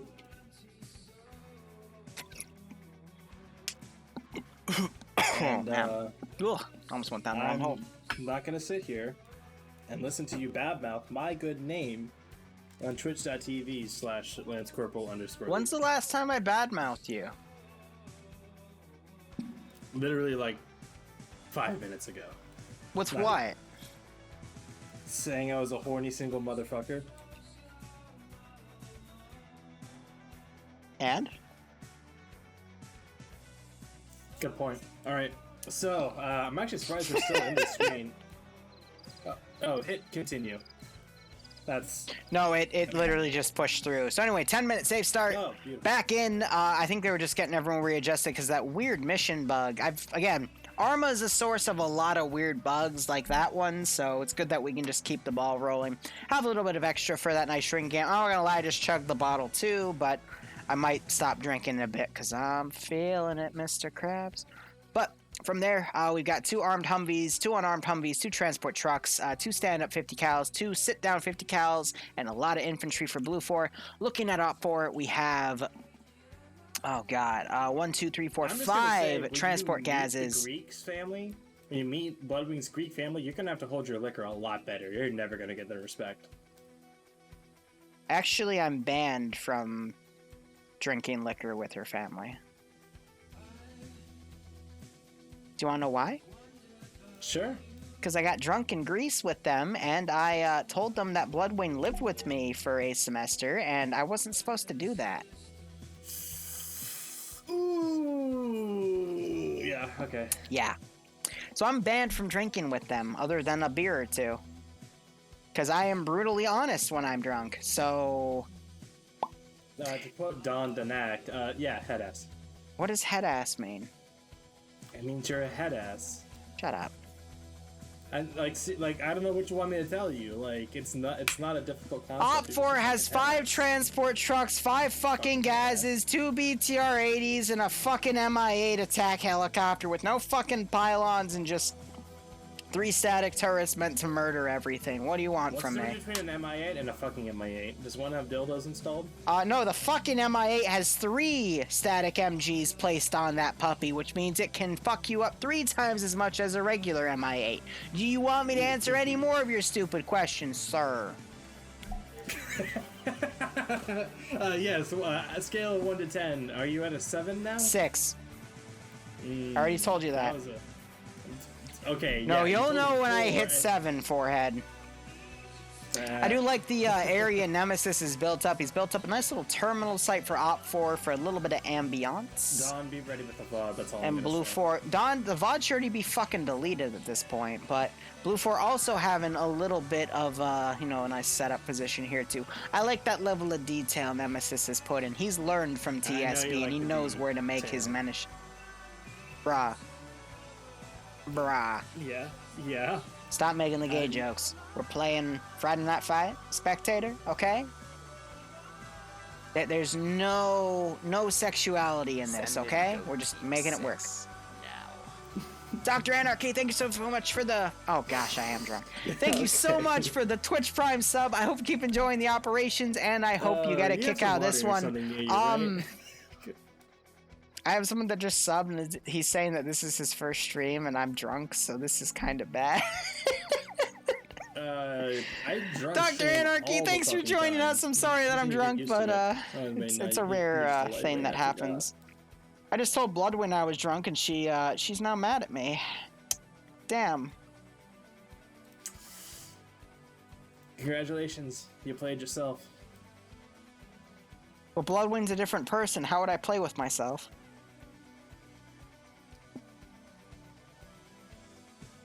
See, you don't have anything to answer with that, Barbarian. God. Shitty commentator. Anyway, let's look at... You said we were gonna stop with the gay jokes. Hey. Ooh, you little bitch. Anyway, Freeman is the first platoon marksman. Looking at the second marksman, it is... they actually don't have a second marksman. Wow. Gonna opt for Corporal Drake is the first platoon marksman. Looking at the second platoon here, the second marksman is Jedi, so opt for have a second marksman. Blue 4 is not fielding one. Let's look at Charlie 2 for each faction. For opt 4, we have Charlie 2 being Slushy, and Slushy is gonna be fielding. Blue 4 doesn't have a Charlie 2, actually. They don't have a Charlie. I'm staring right at Slushy. Slushy has an RPG-32. Looking at Blue 4, you said they don't have a Charlie? They do not. I do not see a I don't see a Charlie, yes. They don't have a weapon team set up. What about Foxtrot? Looks like they have both Foxtrots set up, so they... No, they only have one Foxtrot set up for the 240 Bravo. Meanwhile, Op 4, looking at their Foxtrot setup, Charlie 1 is taken, so they have that machine gun. Actually, I don't see it. So Charlie 1, the one slot they don't pick is the machine gun? What? Oh, wait, no. My mistake. I'm reading TSB names, so of course there's no machine gun. Why would they pick the smart roll? And then we have Foxtrot with Tom Cruise being the machine gunner. Main character. Okay, cool. So yeah, no heavy AT for Blue 4, which that's gonna be that might come to bite That's a them in the bit of ass, a yeah. mistake because they only have Yeah. AT4s as Blue 4, which are single shot, Yeah, and that's you going to have make plenty of hunting those BTRs a bit tougher. True with the M2s, but honestly, only half of those are really viable, and the Humvee ones are viable because the sit-down ones are very limited with their arcs, so we'll see And how very things go. exposed. Yeah, this is going to be interesting. No, Very what's tight that? It's, area for defending, at least initially. So It's Blue an Bar isn't able to RPG-32. spread It's out the too much. olive one from the With a Russian wider faction start from area, Contact. We would see them possibly go to like Hill 120 It's, or something. Spread yeah, out, just get a some tube eyes with on. the I'm sure that's barrel. where If they'll it was the go as soon as Veronica, the, you'd have a safe lot of zone's extra over, modules on or it. It would be a somewhere, little just to, shorter. Get eyes on But stuff usually you approaching them from, have that directions, as but, the once they main get mat into this weapon town, it's for gonna be some of that Op classic 4 and Green urban 4. fighting that you see on these cities in Altus. You know, it's which kind of is, funny very how we nice. have Zaros put down. I've seen Zaros done quite a few times on various people's streams recently, and just, you know, coming back to Zaros, I like it because it's a nice urban town, you know, for Altus. Altus is very I want to say it's taken for granted in my opinion. A lot of a great variation in terrain. These cities feel organic. Not a lot of. It's not like a major American city where it's block based, but you have all these little side streets, alleys, keyholes. Like even though the city is only a few, I'd say about a kilometer long, maybe half a kilometer across, if that. It'll take Red 4 a long time to really clear out these areas and push through the 3 terminals. And we're seeing some of Blue 4 push off to the north. Looks like this isn't a bad position for them to watch from the northwestern, even the southwestern approach. But I feel like they're going to want to spread out a bit, and that might act to their detriment because of this, I'd call it a valley, a loose valley that Zaros is in. And Liru, you know a lot about loose valleys, so what do you got to say about this? That's more of an insult to Bloodwing than me, and I'm going to tell her you said that, so enjoy your beating. I but did not say Bloodwing. It's your fault. You thought. And that would imply I cheat on her, in which case it's still an insult to Bloodwing, because I'm actually very loyal to Bae, unless she tells me for other things. But that's a different story. You're a loyal anyway, little puppy dog to your shush. master. Mistress. There's a difference. Anyway, so we do see the first terminal in you have a little bit of a sandbag region on the construction site. These terminals are exactly marked. It's also marked as active and inactive, which means that Op 4 has to do them in order. I really do like the positioning and the spacing of these terminals, but it also works really well with the not really mountains, but the hills of Zaros. So Op 4, if they can get up here and get into forested areas, they could easily box Blue 4 in on the town, especially with the third objective with this really big hill. I'll always remember this hill because in the older versions of Antistasi, there would always be a CSAT or Russian position put up here, and it was an absolute pain in the ass to deal with, but honestly, if Op 4 were to get up here, especially with their marksmen, since the render distance is so limited, they could definitely get a few headshots, but I'll be curious to see how active Blue 4 is in the town. We're also seeing the Humvees drive up. If I was Blue 4, in this circumstance, I would probably use the armed Humvees to counterattack Op 4 as they came in. And I would just use the statics as pure defense. The one concern is the gunboat that Op 4 has with the MI8. But if they're only going to have one pilot and one crew chief to manage the machine guns, it's not that bad. But at the same time, that also means that MI8 can be used for a lot longer because they can just cycle their machine guns and operate things by it. And since Blue 4 doesn't have any direct AA, What they have to worry about is how they're going to take out that MI8, and if that MI8's even going to try to reposition here. Because this is a fairly sizable AO. We're including Theresa all the way on the eastern flank, and then all the way on the south, we're getting very close to, if not right on, Zaros Bay. So there's a lot of room for Op4 to deploy additional squads here, but I'll be curious to see what Op4 decides to do for their strategy to move in. Mission just started. We've seen a lot of movement now going down. And they're going to mount up in these BTR-80s. A little bit of a fault Fall here. Guys, everyone rushing to the... Yeah, fucking like Fall Guys, everyone rushing to the BTRs. Would love to see that helicopter fly off, possibly land on Riga, that point up there. That'd be a great LZ for that MI8 to drop some guys off, I think, and push down around and behind the... Oh, well, what's that? I mean, that's what it's meant to be used as, because it has no pylons. They just add this because it has all the machine guns on it, so it's supposed to be used that way, you know? Actually, no, sorry, that west-east approach, though... Yeah, I think just watching north-northwest, they would see him come down, but I digress. Yeah, Red 4 is still stumbled here, allowing Blue 4 to get into some positions and spread out their defense, get some early warning going, which is going to work in their favor, I think, a lot. The intelligence for Blue 4 is going to be critical. I think it's interesting. No, Op4 is actually, instead of using their various transport Vics, they are mounting up in the BTRs. Yeah, I've noticed that. They're not going to be able to fit everyone in. Someone remind me. Fit like 16 people, both inside and outside. And you can see them now just piled on top of it. Barb, real quick, so can you remind me in between when this round ends and we get to the next one for me to relog into the server, because I'm not getting the plus icon with how many people are in the vehicles. That just means I have to leave and rejoin the server. I am actually not either, which I think... Okay, that might be mission side then, but even then, usually when we relog, it fixes those glitches, in case they are glitches, so... Okay. We'll just do that in the next stop. Shall remind you, yes. Thank you. No problem, baby. But they're mainly, looks like they're just fully crewing BTRs. They're going to charge right in. Blue 4, meanwhile... Dreek is running after them on foot. I think he missed his ride. And yeah, I'm interested to see Norwegian, if, I'm gonna remember, don't worry. The MI8, like we've seen the Huey of the Little Birds used in past rounds today, both in NA and EU. I think it's interesting to note, though. Fire support with me. But Blue Force pushed up. They've taken the Western Hill with their HMG teams. They're going to try for a little bit of a counter-offensive here, which if Op4 is only pushing in with these BTRs, they got a few additional vehicles. Those 50 cows could easily penetrate into those vehicles and cause a significant amount of damage.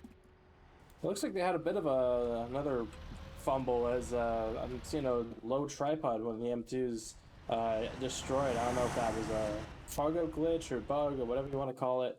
Well, with the low tripods, I'm not surprised because those are very niche to set up properly. The tall M2s are a little bit better because at least you can get the full 360. But the little tripod under that M2 can be a little finicky when you put it around. I've always noticed that, but that's usually because people are more used to setting up the tall M2s because that's usually what mission makers or Zeus's or mission designers for FNF give people. So they're not normally used to the smaller ones. You know what I mean? Yeah, no, that makes sense. And I don't know how effective that specific model would have been in that position anyway. But still, to lose that in something like this. Oh, wait. Look at Blue Force position. Look, Op4 is thinking the same thing. They're going to charge right in on that spot. I wonder if Blue 4 is going to ready those 50 cows to engage, or else this is probably going to be where our first engagement of the this round is going to be. And already we're going to get some... Sanders should have seed them. No, he's not. He's been focusing, looking left and right, so Op4 is going to get right on top of this spot. I think Sanders faintly heard the vehicle going up, so he's crawling down. I'm hearing the engines of the 50 cal Humvees pull around. That was all vehicle honk. They might be getting out of here. Frost being sent ahead. Yeah, they're pulling away. They just destroy. Is that the destroyed 50 cal you were talking about? Yeah, the one that he just drove through. Yeah, it just flew off. Ouch. I feel bad for Zeno. He keeps having some weird he's loading something that's weird on it. Well, something about it is fucky wucky woo, but yeah, stop it. Can do about It's kind of funny that they drove off though. So avoiding that first fight. However, a few Blue 4 guys have been left by. It's Logan and Gorski who got early shot killed. Actually, it wasn't even shot. He was rammed by a vehicle. And Op4 deploying their main force on the northern side. They're going to come in. But will Severe and Snow notice their movement coming in? They're focusing a little more on the left here, trying to see if vehicles are going to come down these SSRs. And we have a BTR also flanking around on the left, operated by T5 Bay and crew. Again, one of the veterans of Friday Night Fights. We also have the Humvees. Go ahead. To the north in that low ground, we're seeing something that we've seen a number of times on Altus, using the low ground and the high concentration of flora to conceal their movement. We saw that, I remember, like a couple weeks ago with that elephant grass push through the valley over towards Neri Bay. We saw that happen, and this is very similar, where they have this very low ground, lots of vegetation, bushes, elephant grass, and trees to push up. They could take this kind of dried up river, ditch, whatever you want to call it, and take it all the way around behind them, behind Blue 4 on this hill, and get around their position, get up to them. Something tells me they'll engage far before then, as Montgomery's starting to peek out. His mic, man. I'm going to be honest, though, I really like Op4's position here. They got an Overwatch team. They've got I don't know what's up with that vehicle behind to their south, but they got the main infantry deployed. They got a BTR watching the left flank, watching the right flank as well. I would say Op4's deployment has been textbook in how they're doing things. And again, they're just trying to deploy the infantry along Woodline to get to the northern Woodline to then hit Terminal 1. But go ahead. Okay, so two things. When the BTR is up, look. Yep, that is a TSB BTR. But look at Severe. Severe, the commander of Blue 4 forces, he's the closest element to this Red 4 push. So did I not point this out to you a minute ago? I could have sworn I did. That's okay, but yeah, he's immediately pulling back, realizing this issue. We've got Blue 4 guys firing down on Gibson here as the BTR was firing up on his position. Gibson got hit a few times, but nothing serious from the looks of things. I'll be really curious to see where these M2 Vics pull around, and I'll also be really curious to see where this MI8 goes. Go ahead. Well, I think I just caught on to what you were saying. Those M2 Humvees going to be coming around the back. That's going to be very interesting to see how that plays out. The MI8, meanwhile, is pulling around to that hill, Mountain Riga. Okay, just pick up for a second. But now that MI8 makes its presence known over Riga, and I think it was taking fire from some of the stand-up 50 cals by Mito. But yeah, again, what you want to see in the aircraft is really the aircraft will be able to pull eyes away from people pulling 360, and instead people will look up at that aircraft. And it can, pulling people away from that 360 will mean that less people are focusing on 360. And that means Op4 has a little bit of a better advantage to push in. But I think based off of where Logan and Gorski are on this flank of Op4, I think they're going to know that this is Op4's main force coming in. Also, those M2 Humvees coming up to where Op4 has that flanking Overwatch force could be a potential issue here, but they're still down the ridge here, but they are making a sharp turn. They could counterattack that position after they left it earlier. Yeah, and we have Robertson, Nielsen, Montgomery over here, this little detachment up inside the tree line on the northwest, or in this northern mountain area. They use this tree cover right and push up, supporting each other. They're going to be able to make it to this ridge line and deal with this, or try and deal with this group up here. If they toss grenades up, the cliff will actually catch them and it won't roll back down. It could be very effective. But BTR is supporting them, as we see Gores and Logan now pointing out the fire near their position. They're going to be either trying to do recon or maybe even try and do something about that BTR, which is manned by our very own Iceberg.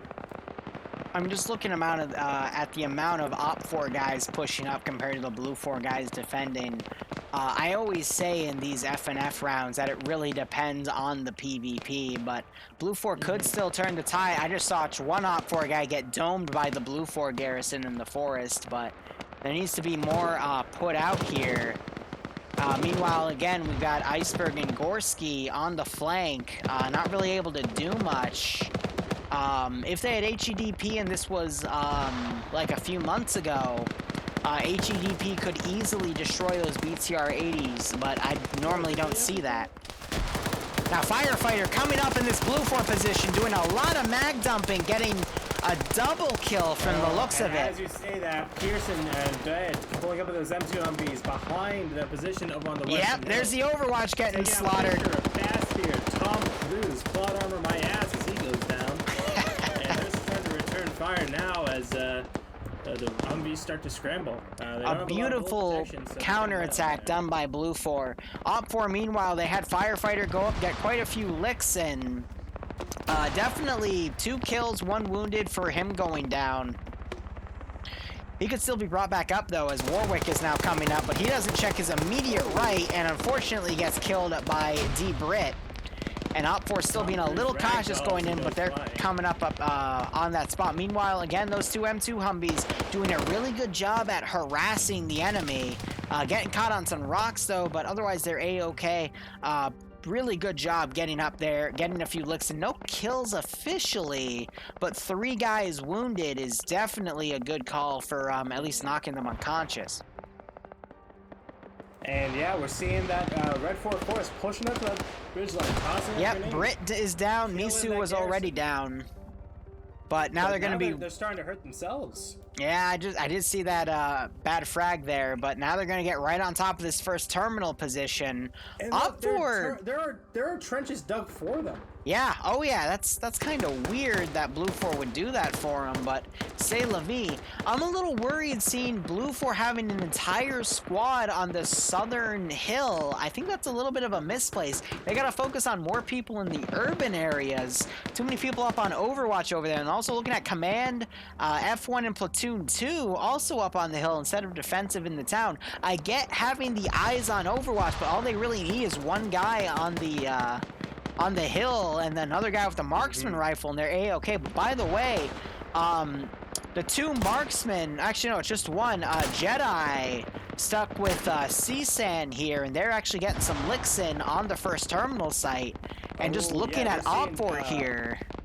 Well, down the low ground, we see Nemesis, Az, and Iander, not to mention Finn, Robertson, and some others pushing through, making a charge, and pressing the advantage they have. 3 guys down in the construction site. Don't see any bodies, but they are hurt and trying to patch themselves back up. By the way, Fidel's pushing up now. Real quick, Gorski and Logan finally got spotted. Logan got knocked out. The 2 BTRs pushing to their position as Command. Someone in Command got the shot on Logan to knock him out. It's a little worrisome. In, gets a kill, and now he's gonna be able to start the attack on the terminal. Nice, yep. But will Graf get in there? Infidel doing a good job. Running out of ammo, though. Graf is able to then wait him out. But, yeah, Infidel need to be a little more accurate there. But, unfortunately, gets knocked out. He could still wake back up, though. You got to give him that credit. Never mind. Graf is double tapping. Yeah, and yeah, this is what Blue 4 needs to do. They need to utilize this urban warfare and commit to some asymmetrical guerrilla-style fighting. Using ambushes to take out multiple Red 4 and press the advantage where they can. Gotta be very flexible, very dynamic, and they did not set themselves up for that. The majority of their forces on the northern and southern mountainside, the northern side is completely collapsed. You see about a dozen Blue 4s still scattered around in various groups, but they need to shape up real quick and get this kind of gunship firing on the southern hill where the Blue 4 Delta squad is. Graf went down. Time Lord still up on the second story without a gun out.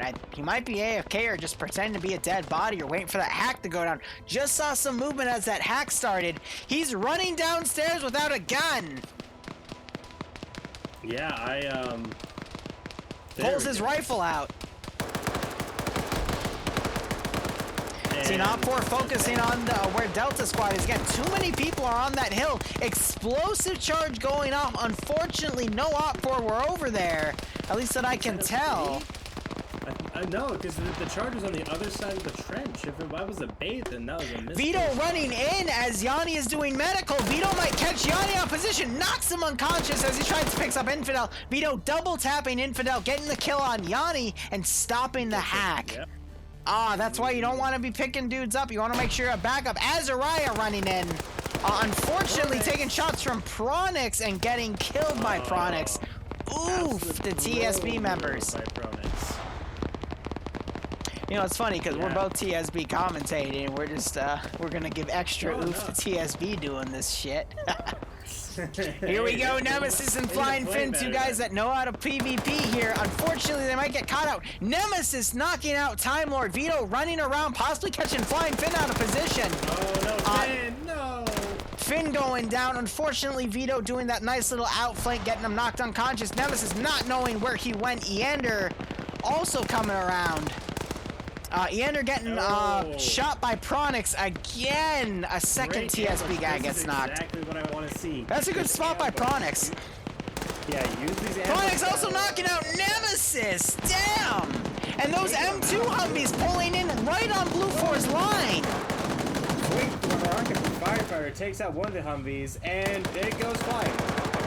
Arma just happened, knocked out a Humvee. The gunner got shot beforehand. Another RPG coming in. I don't think it hit that Humvee though. Wow. Driver's dead now, or someone is hurting it. Someone's hurting that. It looks like the gunner though. And Snow just got eaten by the car. So Blue 4 getting a little bit of a screw up there, but unfortunately their M2 Humvees are now done for. Hudson taking the M2. What are you doing? Hudson, what are you doing? He's trying to get in that 50 cal. I mean, it's not going to arm itself again being tied to that building, even though it's slightly clipping inside. But Blue 4... I don't know about that, but we'll Vito see. doing a good job. By the way, Prior on the outskirts is now dead, so Vito's holding that position on his own. That Humvee's gone. What the fuck? It's just gone. It disappeared. I have no idea where. And I'm scared. I'm gonna check debug, because I think it might be there.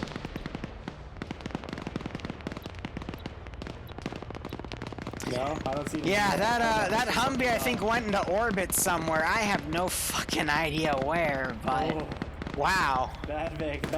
Arma. Vito getting caught out in the open by T4 Urban Chupless, trying to return fire. He manages to kill T4 Herb. Damn, wow. Vito is showing himself today.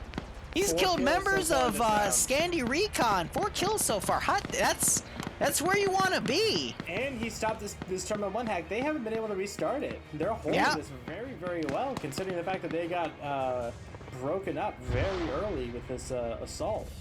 So that's very impressive, if I do say so. It's on the hill. Where is it? As Which hill? Robinson just kind of walks in, and he's going to start it up now as he, like, lazily clears it. He's just like, oh, okay. Oh, I guess we'll hey, real quick. Look where Drake and Sholand are.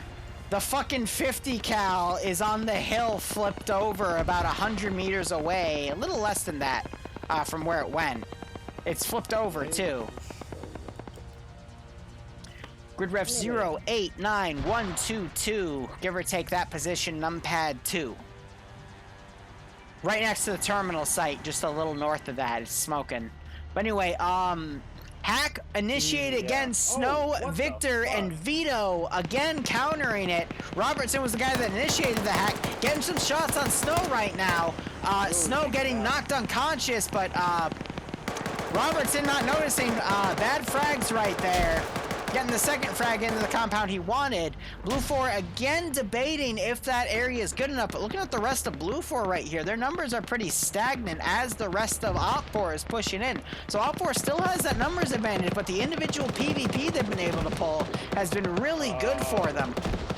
And here comes Iceberg trying to... One of those 3 guys just got killed. 14.5.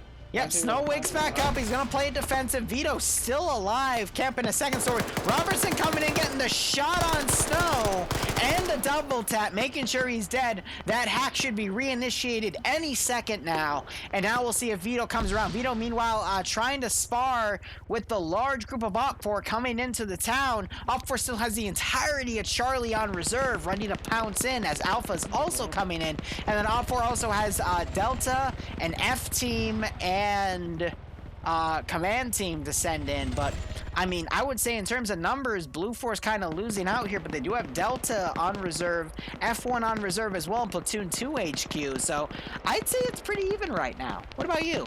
Oh, Vito getting knocked unconscious by Sholin, double tap by Sholin. There goes Vito, and now Terminal 1 is going to be able to continue the hack unmolested. Op4 will be able to start pushing in to the second terminal site, but they got a lot of ground to cover. They're going to be cautious because of the size of this town with Zaros here, and that could eat away at the clock, but honestly, they still got shit tons of time. This has been a beautiful rush. Yes, this has been very, very impressive from both sides, honestly. Both members of both sides standing out and conspicuous bravery in battle. However, given the situation now, I'm still seeing not a lot of, ambush-style defenses being set up by Blue 4. They're just... I mean, Op4, though, just to cut you off real quick, Op4 has their Charlie team, which is TSB members. They've been firing down at the smoke area for the Blue 4 Delta teams that come around. The gunship's still flying overhead with 2 people in it. I assume they've been harassing Blue 4 positions, forcing target fixation and whatnot. But Op4 so far has been doing a good job. But we still have Gorski alive, the guy that got killed off earlier that joined our chat in the previous round. Just fired a few rounds at command over at the their vehicle, Gaz right here. Arcor again, Perkins. Guy that runs Friday Night Fights. Perkins is taking fire from like a dozen red form. The Charlie team red form. On the other side of the city. He took fire from about. Oh yeah, no, he just got cut down though. Jeez. I mean, if you have enough TSB people shoot at one guy, eventually one of them's gonna hit, right? Volume of fire, and as the terminal hack timer expires, we're going to see that whole garrison start pushing. There's the beeping going. We're going to see Op4 start pushing through the town to make it to the second terminal site.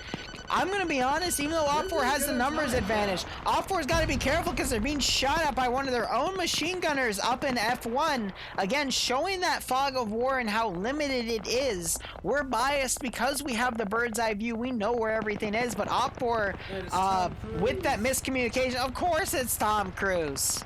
Tom Cruise, I don't mean to be rude to Tom Cruise, but I've seen him pull stuff like this in the past, so I'm not surprised. Firing. 1, do not fire. Now, what I'm curious about, though, is this Alpha 1 team with Rust and Alex doing a flank on TSB. They might have just dropped a guy, actually. Yeah, we're seeing... Grenadier round coming in as well. Gorge is coming up through Op4's original ingress route. He's coming up through that low ground, that heavy foliage. He's going to try and come up behind this Op4 Northern Overwatch. And I think Op4 is in a great position. There are not too many guys up on the hill, but with the Charlie squad or team, whatever you want to call it, up here, providing the supporting fire on the second and even third terminal. Might really just more so second, but they're able to provide a decent amount of covering fire as this huge Op4 strike force comes in and starts clearing corner to corner, street by street. This is the place where Blue 4 should have been manning. You see, they dug a bunch of trenches. If they had been manning that stuff with even just, buddy teams. Where's oh yeah, that hill right there. I mean, they did have the entire Delta squad up there, but they pulled back because the first terminal was hit, and that spot would be pretty tough to cover because of the sheer amount of Op4, because they do have the numbers advantage. Plus, Terminal 1 was done. Plus, the gunship was firing down at them. So I can understand why they pulled out, but we still have Gorski in the back trying to get behind some of Op4's lines. Also, TSB, they did repel Alec and Rust down, but they've gone down to the barracks building trying to reposition, but the BTRs have pulled in as well. It looks like they're trying to shoot out people. No, they're shooting out the engine of the Humvee to make sure that that one alive Humvee that's still active cannot be used against them, because the other Humvee has, gone off on a little trip right there, but... either way, Blue 4 doing a good job to consolidate at the second terminal site. Op 4, meanwhile, still finding their bearings. A little bit of the clock running down, but there's still another 30 minutes for Op 4 to move, and Op 4 has plenty of time. We're also seeing the F1 for Blue 4 suppressing into Platoon 1 HQ, as well as Delta 1 and F1. But I'm not seeing any results here. Trying to do here. I don't think it's ideal as Iggy or Valhalla or someone shoots at literally fucking nothing. But okay, that was a rocket, and a very good one at that. But yeah, they put it on the building that Blue 4 was garrisoning. A little bit of a shock infantry value. Another rocket coming in. It's going to take quite a few to destroy that building, but I like how they are shocking Blue 4 to at least pull out of that building. We're seeing Valhalla and Erickson running around. Iggy also starting to abandon that building. Because you got to remember, you're fighting against players, not AI. AI, you cannot do any psychological warfare against, but players, you can totally fuck with them. So if you put a few rockets in their building, they're going to totally run out of that building. Exactly. The psychological fight.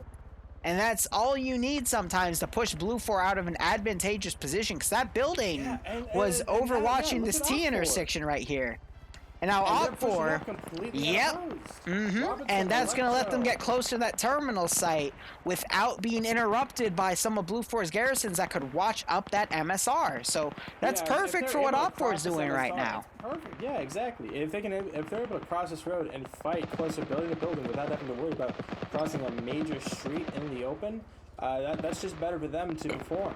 And CQC numbers matter even more so than in any kind of distance fighting. So I think we're going to see a very effective push from Op 4 here soon, because no one's watching. The nearest thing we got is Catstorm pulling Jameson over here in this half-destroyed building. But even then, that's exposed and not a ton of great sight lines. So, real quick, people in my chat are saying that Blue 4 threw this. I disagree. Blue 4, because you got to remember, Op 4 has the numbers advantage, and now that can be enforced because they, Friday Night Fight staff, they rebuilt their roster so they can have numbers advantages compared to last week.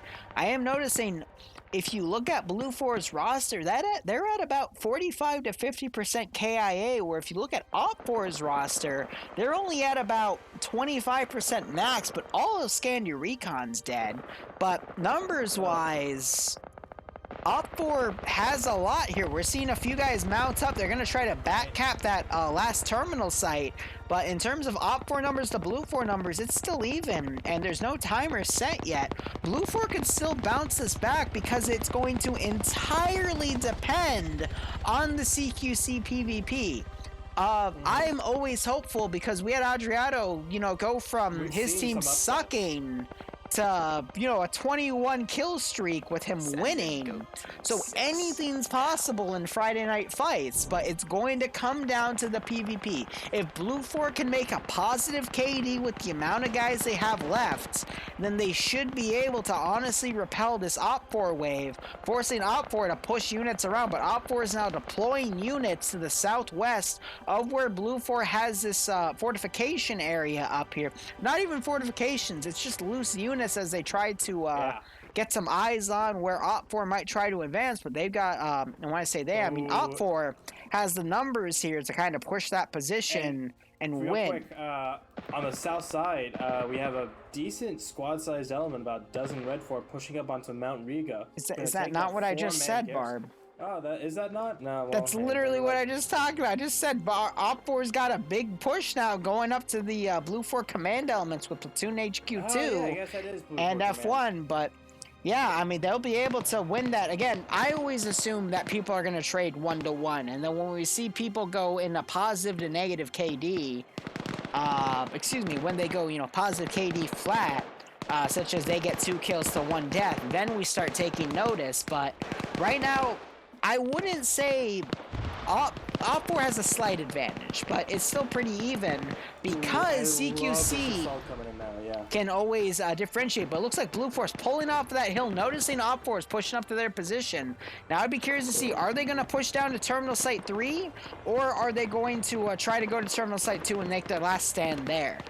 Looks like they're going to 3. It's still anyone's game. And then when people inevitably fall back, they have some stuff already pre-set up as far as some kind of defense. But between this admittedly very impressive wide push coming in, see people on all different sides of the approach, from the south side to the kind of northwest side. I'm liking this movement from Red 4. Suppressing the shooters and allowing this little force to come up along their side. And with the I wouldn't even call this Overwatch, but with the mountaintop cleared for Red 4 to push down, it's going to be a pincer movement here pretty soon. And that's I think with the time, yeah, because OpFor's been pretty quick on this. I think they're going to be able to take this pretty handily, and they're not going to have to worry. Oh yeah, well, no, we've pop, but I'd be surprised if we get below 10 minutes remaining. I'll say it's a little under 130. The official for this round it was 126, but yeah, no, first round had 132, I think. But I love growing Friday night fights, man. It's been so fun. Still have Jameson, Pickle, Ziggy, and Colin out here. Kind of as a vanguard for the Blue 4 defense, as Chupas gets caught out by Jameson. Yep, I see that, but he is able to get back. No, he got knocked out last second. Last second, just right through the head. Hudson opening the door, but a grenade just got popped off. He's running by. These guys don't see right. Wow, Pickles completely missed Hudson, and Hudson. Dude, that just shows you the fog war, because you got to remember, these guys are first-person locked, so they're not able to see fully around them. And sometimes you do see people run by each other, and it's nail-biting, man.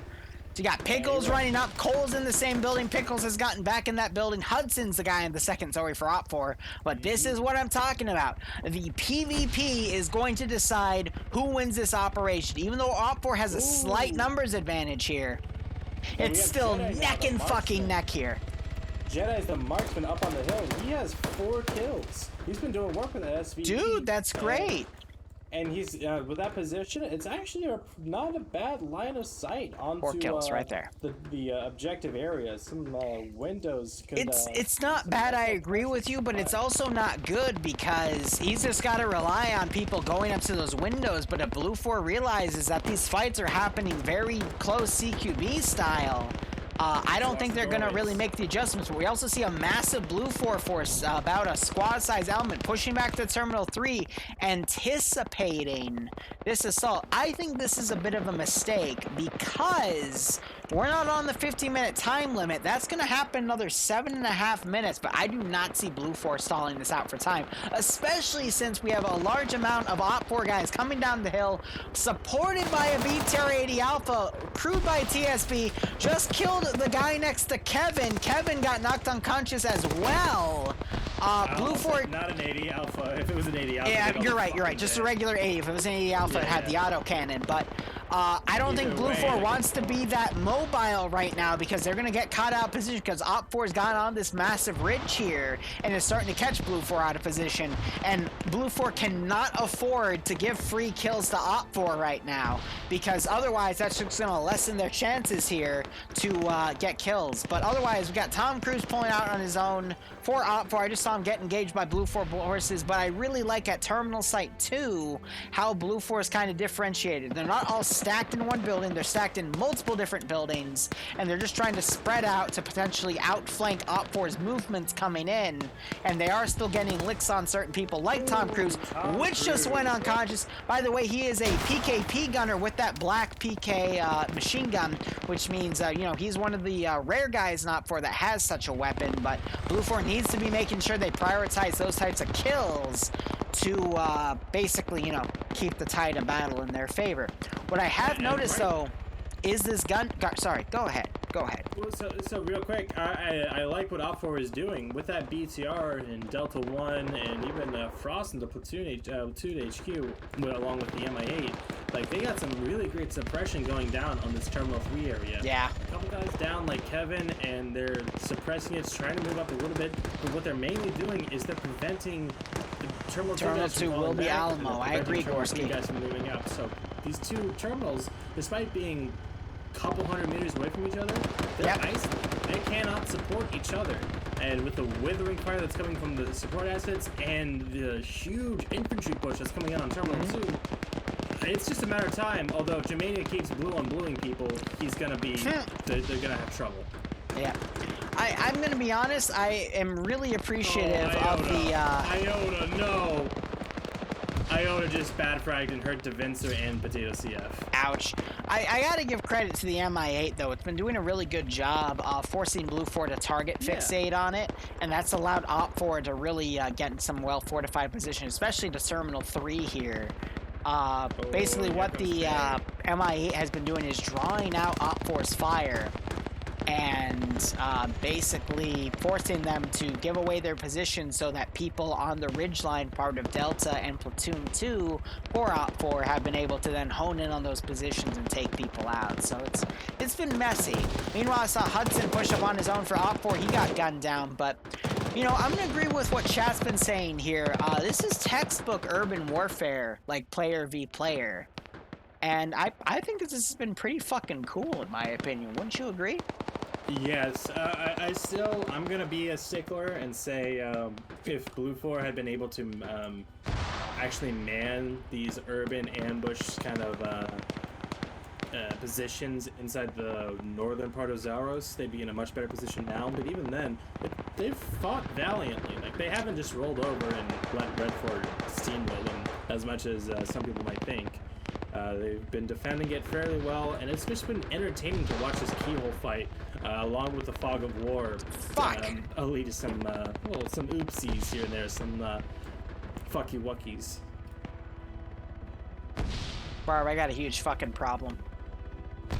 Yeah. I'm out of mead. I know you're. I drank an entire fucking bottle. You still have it's at least like a quart worth. Fuck! Damn it! Meant for that to last me a little longer. Oh well. Well, hey, just do another unboxing and you can have more people send you some dragon dildos. As Pierce's building gets rocketed, Pierce and Lafave go down as the building crumbles around them. And that's that last stand defense breaking down. AT going out by Marco. Yep, that took out the BTR. It is now smoking. It'll cook off Bay. Unfortunately unconscious, and he'll probably die in it. Night Owl being, not Night Owl, the guy next to him, Hudson, just bled out and died. That's unfortunate. And there's the BTR cooking off. So there goes Bay. Dooley might get caught with this. He's not protected. He needs to get behind the wall. Ooh, you're right. We'll see it in a second. He survives. He survives, but it looks like he might have gotten hurt by that a little bit. We'll see. Blue 4 only has a handful of dudes left, though, so they gotta be careful. Red 4 has started, they've taken this time to make their decided push. As Bridges pushes up on his own, and a number of people go to join Night Owl. So this could be the beginning of the end for Terminal 2 and all the people here. Blue 4 still has this decent-sized garrison back at Terminal 3, but they're getting constantly harassed by that MI8. And the BTR up in the middle as well. They're not letting up, and that's what they need to be doing. Very smart plays from Red 4 so far. He'll get knocked unconscious, Severe shooting at the dismounts of the BTR. Pierce getting a one-on-one with Bridges. Bridges unfortunately winning that and executing Pierce. This is all starting to fall apart. Poe with the PKM. Be vicious in close quarters.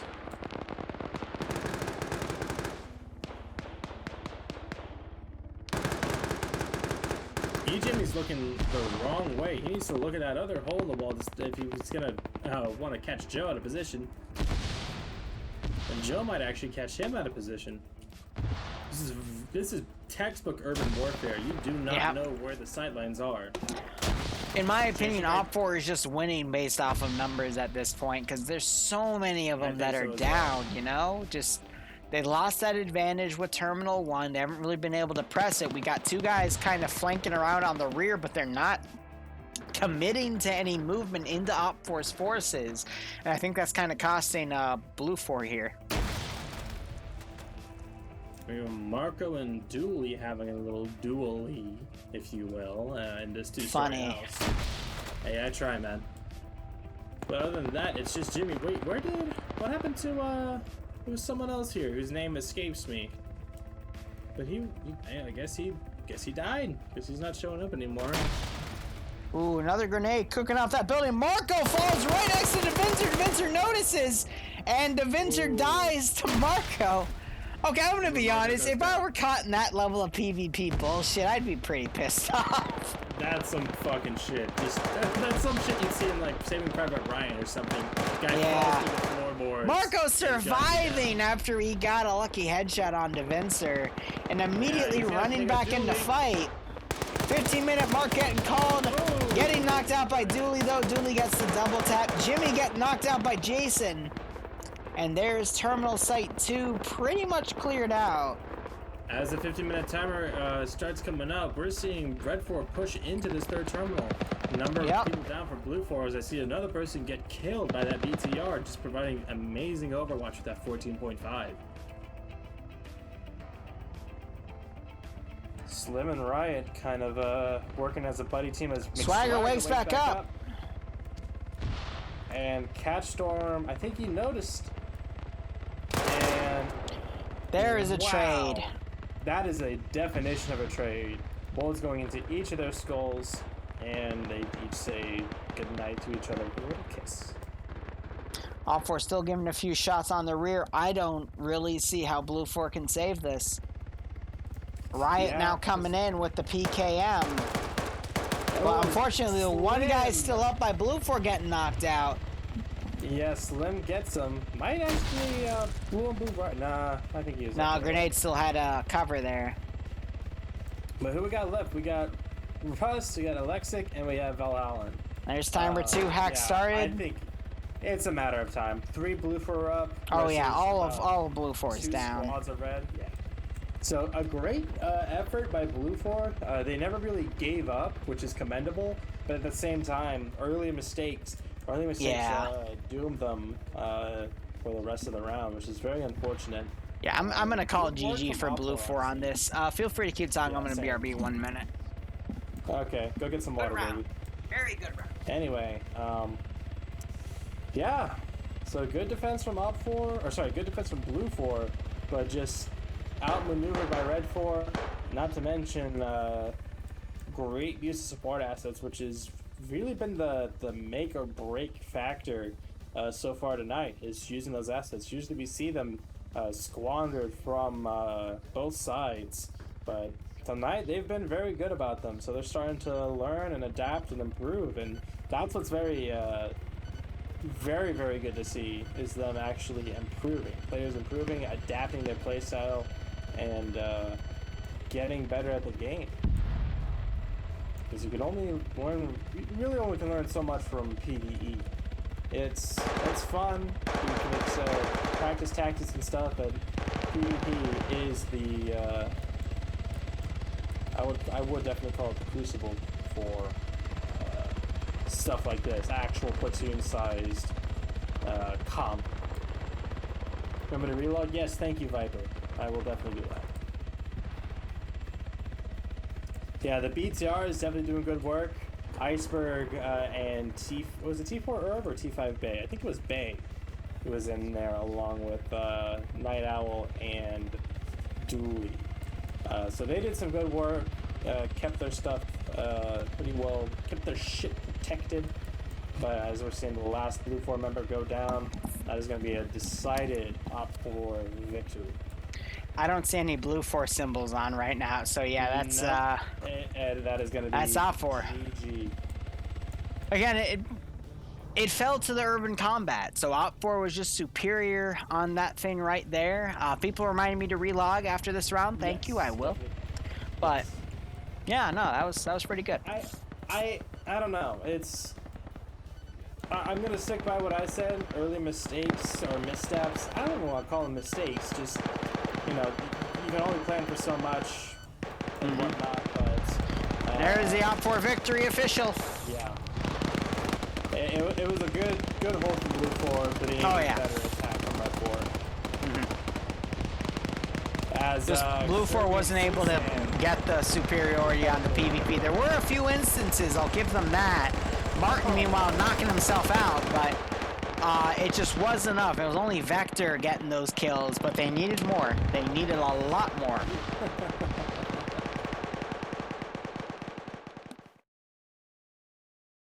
Don says that bug fixed itself, so we'll still do that. But I don't All right, we'll stay in lobby then. Ooh, look, the mission file got knocked to the normal one. Oh, we should still be doing a third. That's strange. Yep, I expect us to do a third. Literally And now right we're back up as in the safe regular yard stopped. channel. Chernarus Summer is the map. Let's go ahead.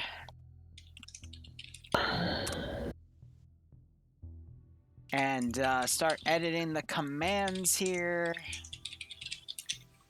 Base Beard, you're hot back in. Let me think. Let's go to mission. Alright, GG's map on the real second quick. one. We got one more round, and that's going to be it for tonight. So let's start it off with if you've been on up 4 all night, go blue 4. If you've been on blue 4 all night, go up 4.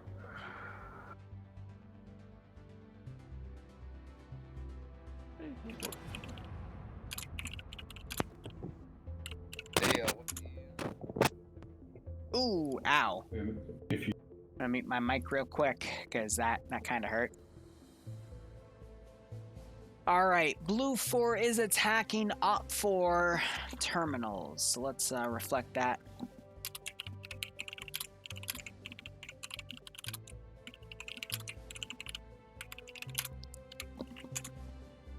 Final round hype, ladies and gentlemen. Up 4. No, blue 4. Blue 4.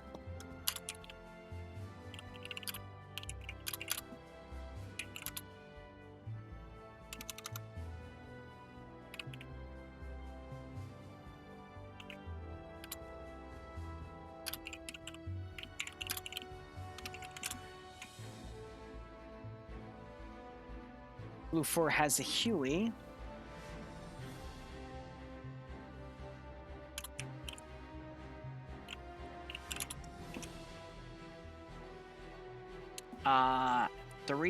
Two 1117s.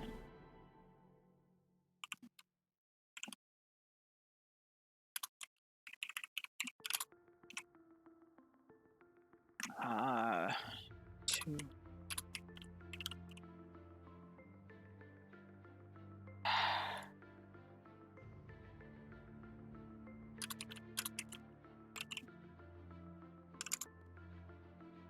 All right, let's unmute because I'm assuming they fixed their audio issues by now.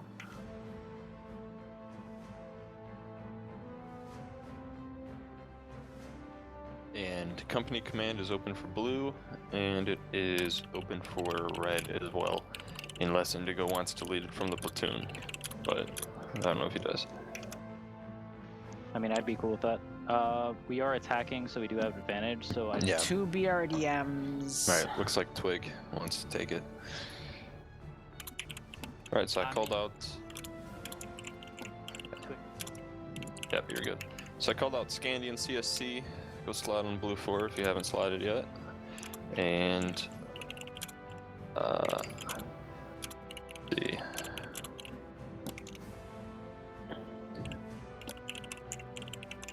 And let's get everyone who hasn't been slotted yet, and who isn't a solo player or centaur, go slide up on blue 4. Alrighty, that should be, let's see. TSB, pick a spot, I don't care. We'll probably have to adjust these a little bit, but we'll get there. Final round hype, ladies and gentlemen. Tears and TSB to go Vit Crew. I will go on. This is Xeno, so I'll go. Tricky here. Are we going Delta? Nice. Wait. Well, I only needed one person to come with me, so I guess you guys do that, Delta. Blue 4 will need it. Where are we going, Sog? Filter into blue 4 in either Alpha. And now we wait. Yeah. We're gonna have to adjust these a little So bit. by the way, to chat, test how your are slots, you but let's get guys solo doing? players, This is the Centaur, final you guys go round. slide up on red. I'm pretty drunk, but we're still streaming with Barbarian. We're going to have 110, so I'll go ahead and edit the commands here. Because we always people drop off, but I'm happy we had a 130 round here, but how are you all doing? We'll see final round hype as symbolized by Salty Bet, and we'll see how things go. Okay. I'll take company on red, so I just need someone to take first platoon lead on red 4.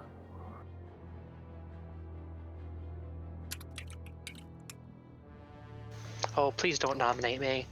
And we should all be set, right? Yeah, maybe we'll see. Yeah, I'll slot there for now. So, I'm gonna have to bring some people from blue over like I thought. One sec. I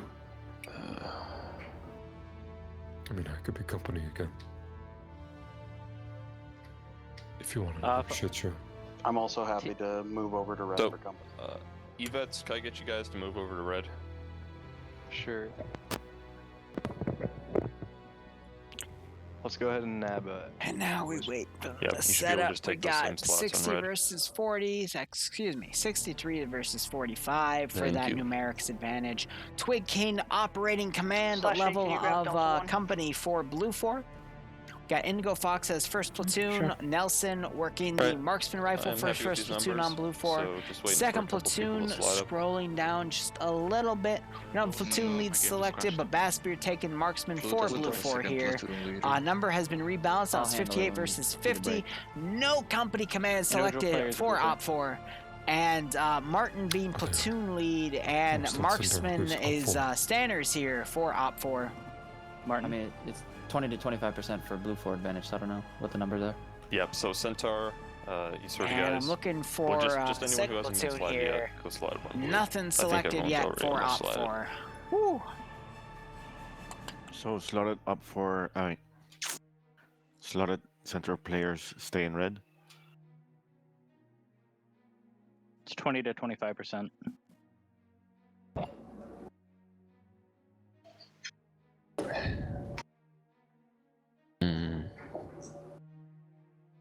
Martin, How many Centaur players are on Op 4?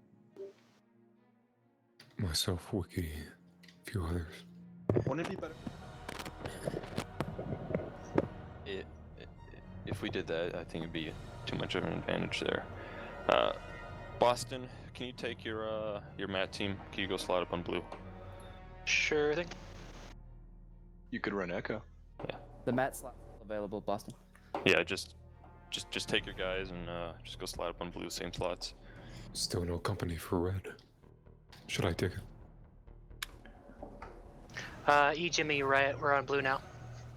I think Pierce wants it, I think. So they're still organizing right here. We're just waiting on them to finalize. But how is chat doing?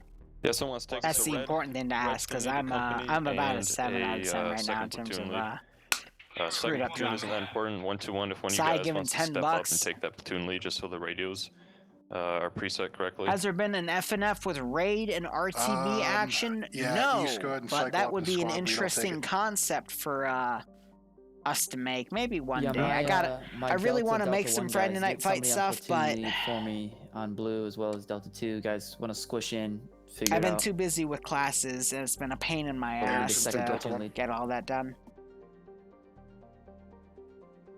Well, last round we'll have 110 people. And you know what? You brought up pizza and crazy bread, so I'll BRB 1 second. I'm gonna go get some. Hey, give it another 10 seconds and we're gonna start giving the time to the platoon lead and company command. Just so you know, we're sitting at about 17% advantage. Yeah. Can you go medic?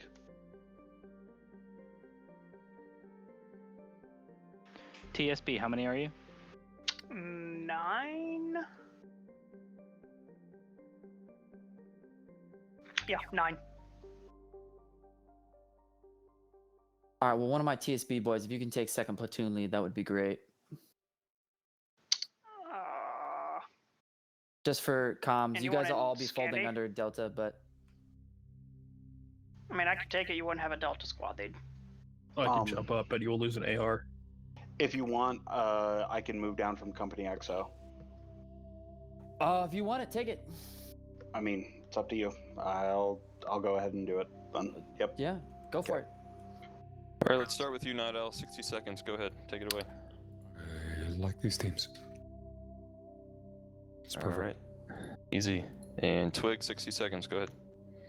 I think we're pretty much good. Did we get the slot for platoon? My platoon leads. Are you guys all happy? For Blue 4? Yeah, one's good. I would like to clarify when I have another chance. Something. Thanks, Bart. 2, are you good? Yeah, I'm just taking a look real quick. We should be good. Okay. Sorry, for 1, Charlie does need a squad leader. Oh shit, yeah. Probably should have. Where is it? Boston, Jimmy, if you want to hop up this Charlie HQ element. Okie dokie. No, that's the Matt We team. need to- Charlie, Hold Charlie on, 2. We need the Matt team. Really, yeah. Oh give right. up the mission Yeah, that's specialist? good there. Yeah. Maybe one of the ammo bearers from Charlie. Are there any individual players in Blue 4 First Platoon Alpha that can move down to Charlie squad lead? Maybe Dooley. Those Charlie guys are competent with their radios. They can just yeah, they can set them. So, right. Natalie, you got a couple extra seconds. You mentioned something. Oh, we took care of it. Okay. Cool. Pushing it in 10 seconds.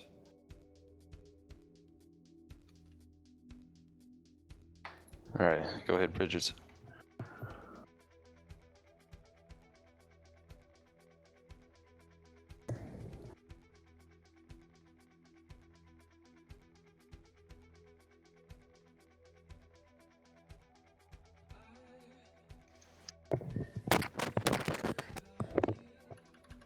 Yes, hello, am I awake now? That sounded tasty. But like not and push to talk.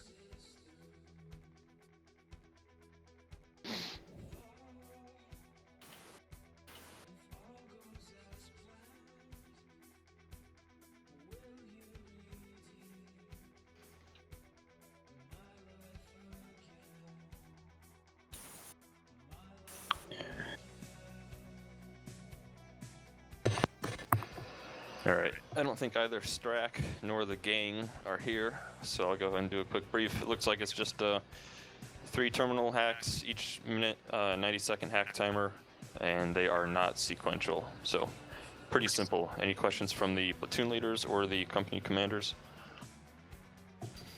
Not off the top, no. Nope. Nothing from Blue Platoon 2.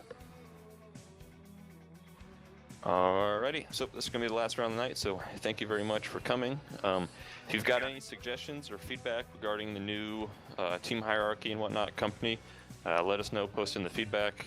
We are going to spend the next week or two figuring out what the best way to handle the current player count is as far as leadership hierarchy goes. So if you have ideas or feedback, please let us know. Oh, I'm so mad. And without further ado, round 3 starts right now. Go ahead. Ooh, I made it at the perfect freaking time. I apologize, guys.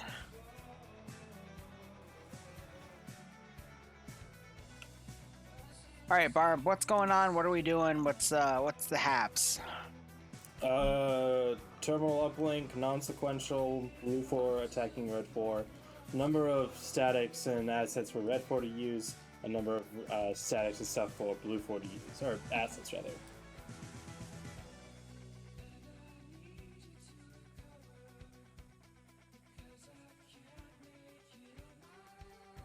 But lots of big old transport trucks, a couple 117s, a couple MRAP trucks, and a Huey for Blue 4. So some interesting. They got some stuff, but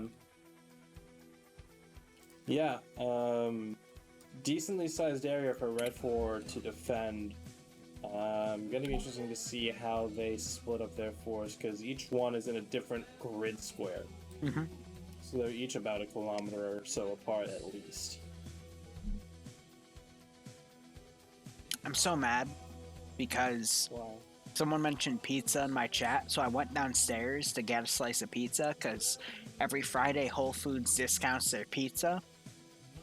So that's like the one day of the week I shop there, and my brother ate all the fucking pizza, so I'm eating frozen french fries. I had some pizza earlier today. It was really good. Papa John's thin crust. Do you like Papa John's? Papa John's is okay. I prefer Pizza Hut when they have stuffed crust deals, but otherwise we usually only have Domino's around, so. The issue with Domino's is, these days it makes me sick to my stomach, though. Yeah, Domino's can get pretty greasy. Yeah. Papa John's, I didn't like Papa John's for the longest time because it always had such like that floury kind of stuff on the side of the crust.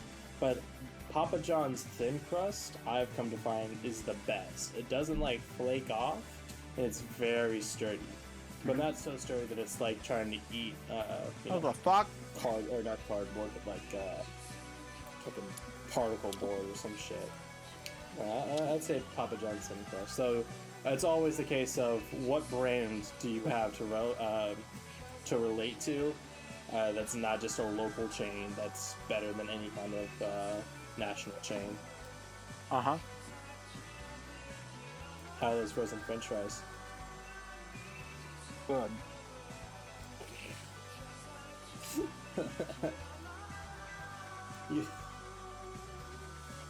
Don't worry, I already texted Bloodwing and told her that I'm mother-henning you, so don't worry.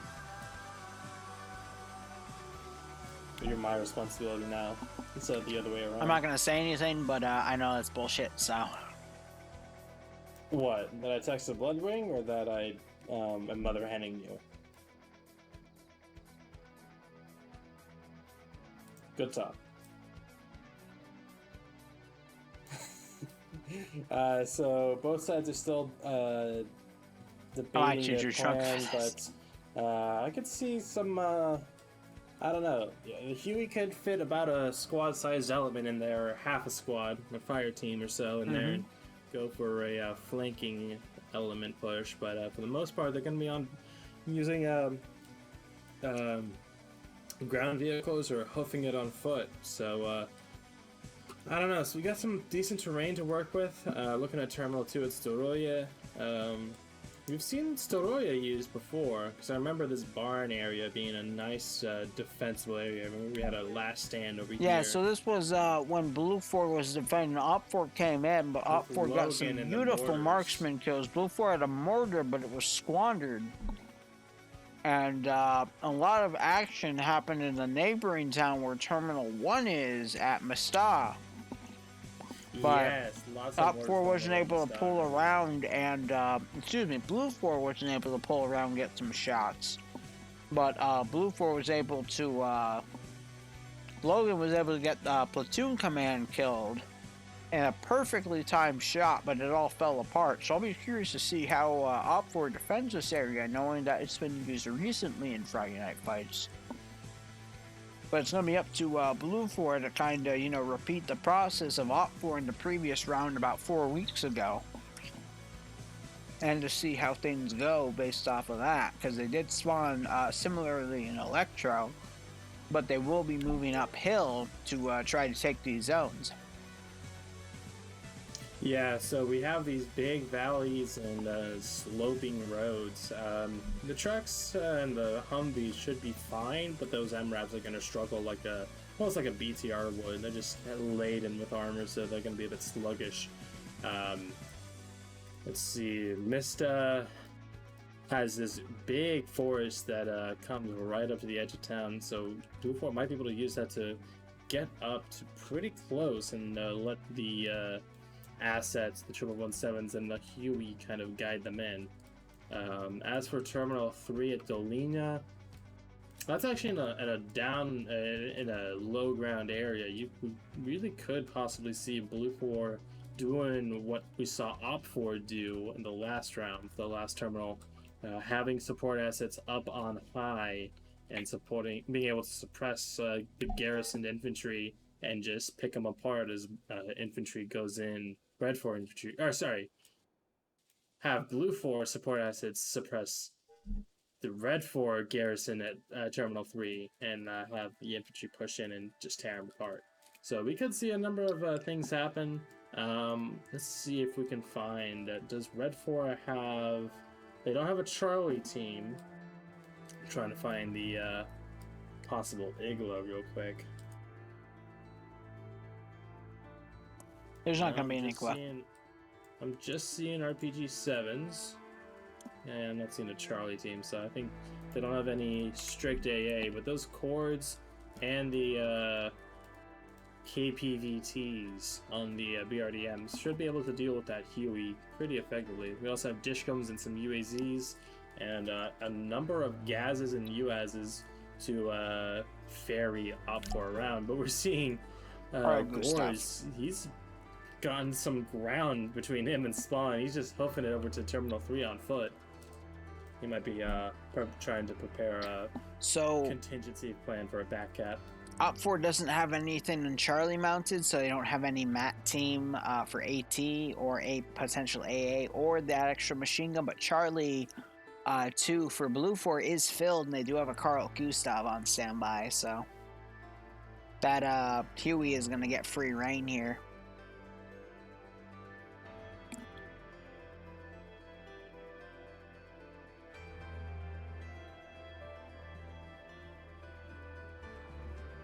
Yeah, Redford's already starting to move out, which is a good sign. Seen before a couple times with defenses being a bit sluggish to get moving, so good to see. Jay, refresh the page if it still says Among Us. It should switch to Armor 3. That's just a Twitch limitation. So yeah, it's just going to come down to what Blue 4, how Blue 4 decides to tackle this. They have a number of routes. They could try and move through the forests. These forests aren't as thick as, say, Tanoa or HSPKL. It's a standard Arma 2 port forest, so there's a lot of good trees down. I would say Terminal 1 has that weakness, though, because the trees are super thick going up to that AO. Similar to Terminal 2 having the same weakness, but at least Terminal 2, for people that are veterans of Friday Night Fights, will recognize this AO as similar to one we've run into a few weeks ago. Looking at Terminal 3, though, again, it runs into the weakness of the forest, but I don't know. It's going to be up to Platoon Command to decide which AOs he wants to take. I am never a fan of when I'm given 3 objectives. I do not want to divide my forces among the 3. I'd rather give up 1 and divide against 2 objectives to keep my fortification stronger between, you know, if I split 100, hypothetically, 3 ways, I get 33, but if I split it by 2, I get 50. So I'd rather have 2 garrisons instead of 3 to increase my numbers, to increase the likelihood of me keeping those garrisons, compared to Blue 4, who can just steamroll 1 objective at a time, especially with that numbers advantage. So I'll be curious to see what Op 4 picks for them to fortify, since all these terminals can take in any particular order. But it looks like they are settling on Terminal 3, and I see some units deployed by Terminal 2, so we'll see.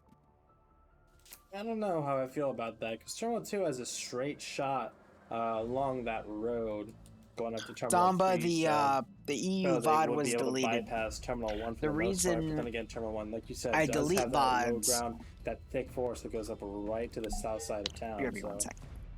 The reason I delete VODs is because I got banned for the month of August by Twitch last year because I had some malicious people from TSP, which is my homeland community, decide to target my Twitch channel. And they got me banned for a month. And that's why I can't have any VODs anymore, because Twitch just said if I get banned again, it's going to be permanent. And I can't take any risks, because those people could come back and try to get me target banned. So, I'm sorry, man. The VODs will go up immediately after this stream ends. I'll start uploading them to a YouTube channel called Liru Shenanigans. And they will literally come out as they are finished processing. So basically tomorrow morning, EU's branch will come out, and then a few hours later, NA's branch will come out.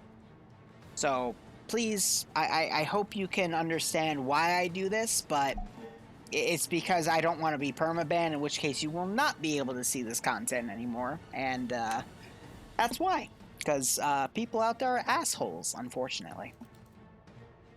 Sorry, I didn't mute myself to explain why we have VOD stuff, so... You know, with the YouTube channel. People are stinky, yep. Stinky and dummy and jealous, because you are the greatest Zeus and the greatest commentator. It's Liru's VODs, not Liru Shenanigans. You're right. Yep, it's called Liru's VODs. Liru Shenanigans is a different channel. I run 3 channels. It's fun. I don't know. I did you hear me mention about going up the coast through Kamishovo and Solnishny? There's too busy typing on Discord. I mean, I don't really see a coastal assault going through here. It's a potential, sure, but honestly, Blue 4, similar to the previous AO we saw about 4 or 5 weeks ago, they could just straight shot this and be fine, so... Possibly. I mean, they have like you said, those straight shots going right up to those terminals. But I don't know. I feel like doing that from the east would kind of catch them off guard, and with the roads there, they would be able to do that fairly easily. More so easily. Yeah, once than that has trying to more hunt it up details a there. I hill tried on to skim foot. that, but Especially since all their recon People, stuff is man. on the ground, there would be some dark zones that they would not be able to watch approaches from. But yeah, come up from Terminal 3 to the east, they could. oh, you dismount little for the fucker, you have been messaging Bloodwing, because she's mentioning you now. Piece of shit. Fuck you. I told her that I'm taking care of you. Hey, me and Bloodwing is between us two. You do not get involved in the middle, because now she's going to belittle me, and now I'm sad.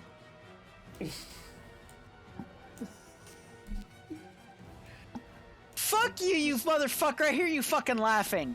I'm trying to take care of you, you I fucking... hope you get choked by a grill. Anyway, let's see what Friday Night Fight is going. Well.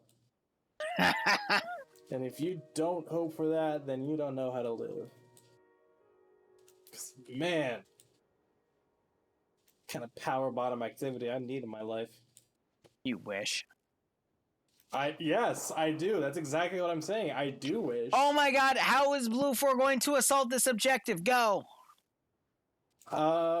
Using cars and possibly a Huey. You are the worst co-commentator I've had since Don co-commentated. When did Don co-commentate? Exactly. 1 minute remaining. Op 4. It looks like they're fortifying Terminal 3. You wish, you horny motherfucker. Anyway, we'll see how Op 4 deploys on Terminal 1 and 2, but they've definitely situated on Terminal 3. Blue 4, meanwhile, it looks like they're forming up in some transport Vics. They're 117s as well, but they're finalizing where they're going to deploy. Huey's spinning up. Huey is spinning up indeed. With a few extra guys, they could deploy a fire team somewhere. I'll be curious to see what vehicles Blue 4 picks to deploy into the AO itself, but... And I better use both those MRAPs, because those things are going to be a lot better than the Humvees or the transport trucks, just as far as protection. Speed we also have is an gonna Op be- 4 BRDM on the top of Hill 301, possibly on the edge of Op 4 zone, ready to pounce outside to get some recon data for Op 4. That should be interesting to see what things go on here. Yeah, looks like they're poised and ready to go as the mission begins. Is a start. Diamond Doges, tactical E veterans there with that BRDM. Yeah, I'd love to see them kind of do a recon run, kind of going clockwise through Kamishovo and maybe even up through Electro. Although if they were to do that, they'd probably get killed. But we'll see, I guess, as the helicopter is heading northeast, possibly scouting out that coastal road, seeing where they're able to go, and the BRDM is setting off. Yep, so BRDM is probably going to hook a little south unless it's going to stay up on that hill, get some reconning data. Meanwhile, the Huey, I can see under my little scope below the map, is going to start flanking right on the eastern side of this AO, potentially deploying off a fire team worth of dudes because it have a +5 on it, which means it has a gunner for its turrets and 4 additional personnel. We'll see where those guys are deployed. In Blue 4... mounting up in the vehicles with the 117s here. They're all in vehicles now. And we'll see if they decide to follow up this MSR or go up a different route. It's hard to predict how Blue 4 is going to deploy here. I'd assume they're going to go to Terminal 1 and Terminal 2 first, but this is the last round of Friday Night Fights, so usually we see some crazy shit get pulled. Yeah, I'm seeing Warwick's truck, Herb behind him, Shoopless and Gibson behind him, and more Humvees. Looks like, yeah, they are going up the coast, at least possibly up to Kami Shobo. We'll see if they go even further beyond that. I would love to see them go up to Solnichny and from there go west. I feel like that would be a bit of a surprise, and Upward wouldn't have much of a heads up about it. Where's They TSB do have now? people Good looking question. in that direction down the road, but They're under Blue overall, 4 I feel for like Delta this 1 Blue 4 and would Delta 2. overwhelm them fairly easily, but time shall tell. Oh my god. Hey. Over here. Hey. Guess Hey, what? what's up, baby? Blue 4 has pulled aside its differences specifically with TSB. TSB has allied with Scandi Recon, and they have formed a full Delta squad, as well as Platoon HQ, with a few additions such as Olaf from FK, under Platoon 2 HQ. So we now have an alliance between Scandi Recon, which are some of the older members of TSB, with the TSB representation in Friday Night Fights, both on Blue 4, and we are bound to see some very devastating PvP delivered by both the old and newer members of TSB. Liru's wrath is upon us. At least for Op4. But otherwise, they're traveling up the MSR, and they could deploy on the right side, maybe back cap on Terminal 3. I have seen the Huey deploy a few guys, Severe, Mito, and Bassbeard, up on the northern side, potentially reconning a route for this convoy that Blue Force formed to potentially hit Terminal 3 first from the northern side, and then come in and hit Terminal 1 and Terminal 2. That would definitely be an interesting strategy, because normally the attacking force goes for the numbered 1 and 2 sites first, and generally not the third one in the back, but that would be interesting to see. Yeah. C-SPANs! God, I haven't seen you in forever. How are you doing? This kind of play, especially since I've been predicting it and hoping that they do this. They hit Terminal 3. They haven't stiffed the defenses over there. They still have about a dozen or dozen and a half possibly up here, along with Red 4 Command, who is Martin. So they have decent numbers up here, but between the 117s and the MRAP trucks, I think they'd be able to push up pretty easily and suppress that infantry. They did have a BTR, but that has since left, or sorry, a BODM in the form of CSAN. He has dipped, and so now it's just the infantry. I'm going to see if they have any cords here. You know, I lied. Blue 4 is, real quick to break you off. Blue 4, it looks like they're actually taking the first turn to Terminal 1, but I'm seeing they're not taking the direct route into Terminal 1. Instead, they're taking the southern route. We'll see if additional vehicles follow up on that spot, though. But, yeah, no, they're going to keep this going. Unfortunately, Ander just DC'd an XT5 and TSB, but we'll see. Blue 4 also starting to dismount. Might start attacking from the eastern flank. That would definitely catch Op4 off guard since they're expecting something more to the south. But Terminal 1 isn't that well fortified. Same with Terminal 2. Instead, Op4 voting to do outskirt defense, where they have a group overwatching for Terminal 1 and Terminal 2. That way they can kind of get a feel for where Blue 4's forces are, because Terminal 3 up towards the northern side has the full garrison here. So interesting. Very, very interesting.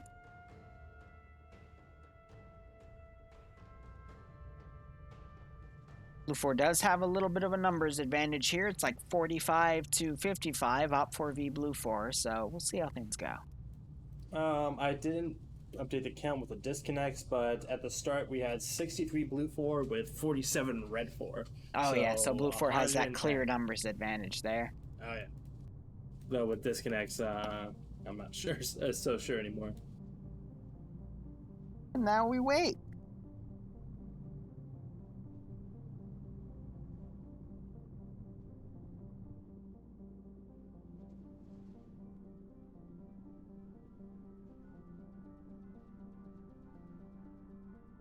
I don't know, Blue 4, it looks like they're moving both of their 117s up to the side of Terminal 3. They're not taking that MSR up because it diffuses into an SSR. I'll be curious to see what happens here. But they also got the Huey escorting them. But looking at them real quick with the amount of plus icons they've got, it's only a handful, but we're seeing TSB with Scandi Recon leading that group. I don't know why they're continuing to drive, though, unless they're going to mark the northern flank here and just ride it across. Actually, that is exactly what they're doing.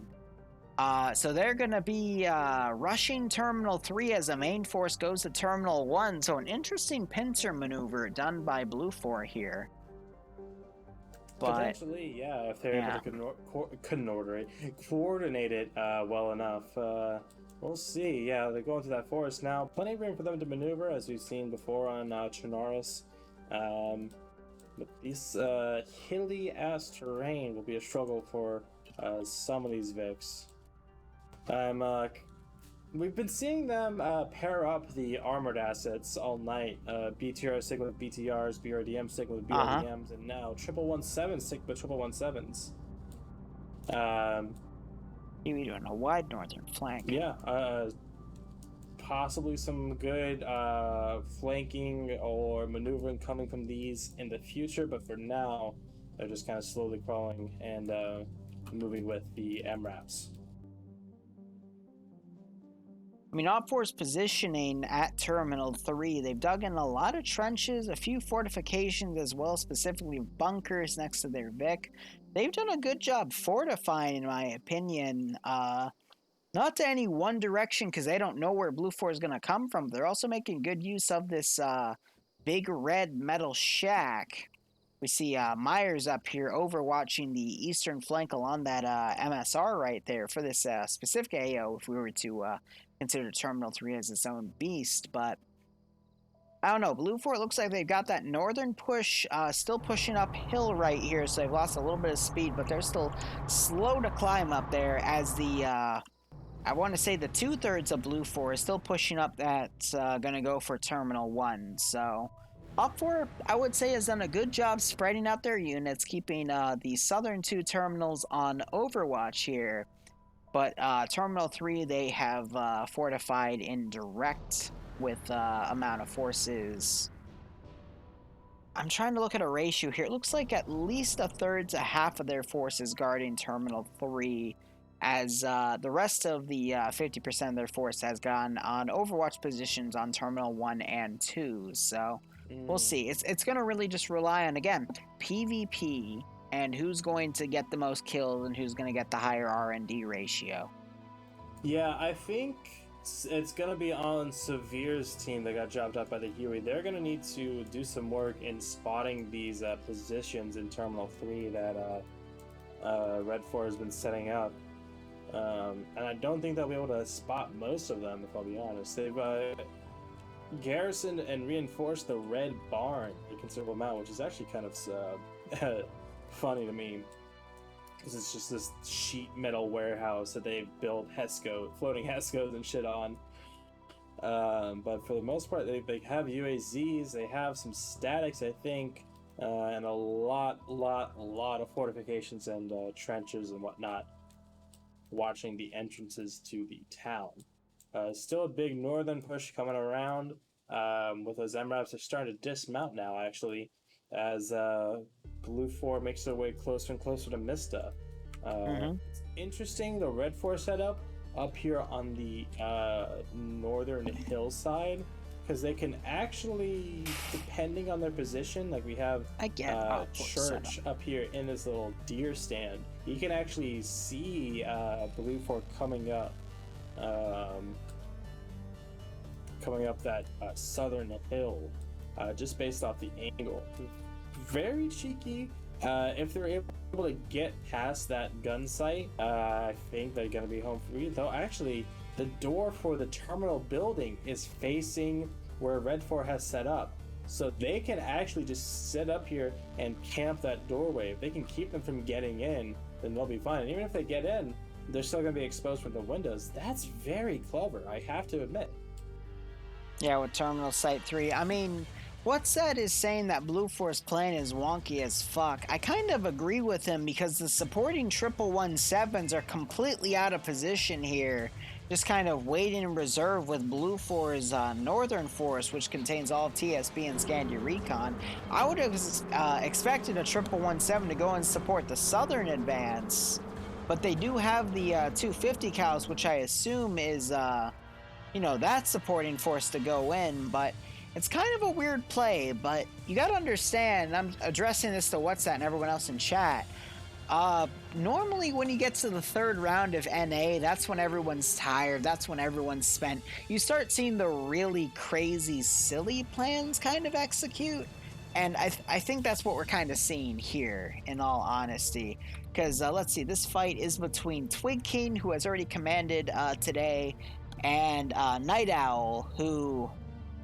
Bar, have we seen Night Owl command today? I could have sworn he commanded something else today, but... I think he was in some kind of leadership element, but yeah. I forget if it was like full platoon command or just squad lead, but he was in some kind of leadership. No surprise there. But we do have OpFor sending a scout down the SSR. Looks like just a regular UAZ to check things out. But Blue 4, I will admit, they're being very uncanny with how they're deploying here. Units literally hugging the northern barrier. I was going to say, it's actually very lucky for Blue 4 that they didn't go down this MSR like I was hoping they would, because they would have been spotted out by this UAZ. So the fact that they've gone through the forest and on this skirting the edge of the map kind of route actually has helped them stay undetected for a little bit longer. And, it's drawn a few people away from Terminal 3 area at least. But if TSB attacks that area, I feel like that's going to be a hard fight for TSB, even with both 717s and the two MRAPs. I feel like with their positioning and how they've been able to set it up, it's gonna be tough, no matter how. I'd be curious to see how drones change. That would be a really cool concept to explore for Friday Night Fights. I might try that one day, but we'll see. Oh no, because we're seeing the transport trucks pushing now a little past the objective point. I think they're trying to possibly dismount on the hilltop because of all that force to come down into Terminal 3, but the 1117 still on reserve, getting on the MSR though. And the Huey's pulling around by Solonichi. They might catch Pierce and Stalingrad in that UAZ trying to look for Blue 4, but so far neither side really knows how the other has been deployed just yet. Ooh, Pierce is now going down the coastal road, going down the southern part, and Huey just flew over them, so not sure how they're going to interpret that, honestly, but the fact that they've seen them, I'm not sure if the Huey spotted them. The gunners might have, but they've continued to fly off south-southwest, so even if they did spot them, then it doesn't seem like they're going to try and take this, which I'm not sure. Let's see. Stauffenberger and Pierce. Nothing seems to be too special about them, but once they hop out, I'm sure we will see. Pierce has a GP25, and Stauffenberger is an RPG gunner, so somewhat decent little buddy team, possibly.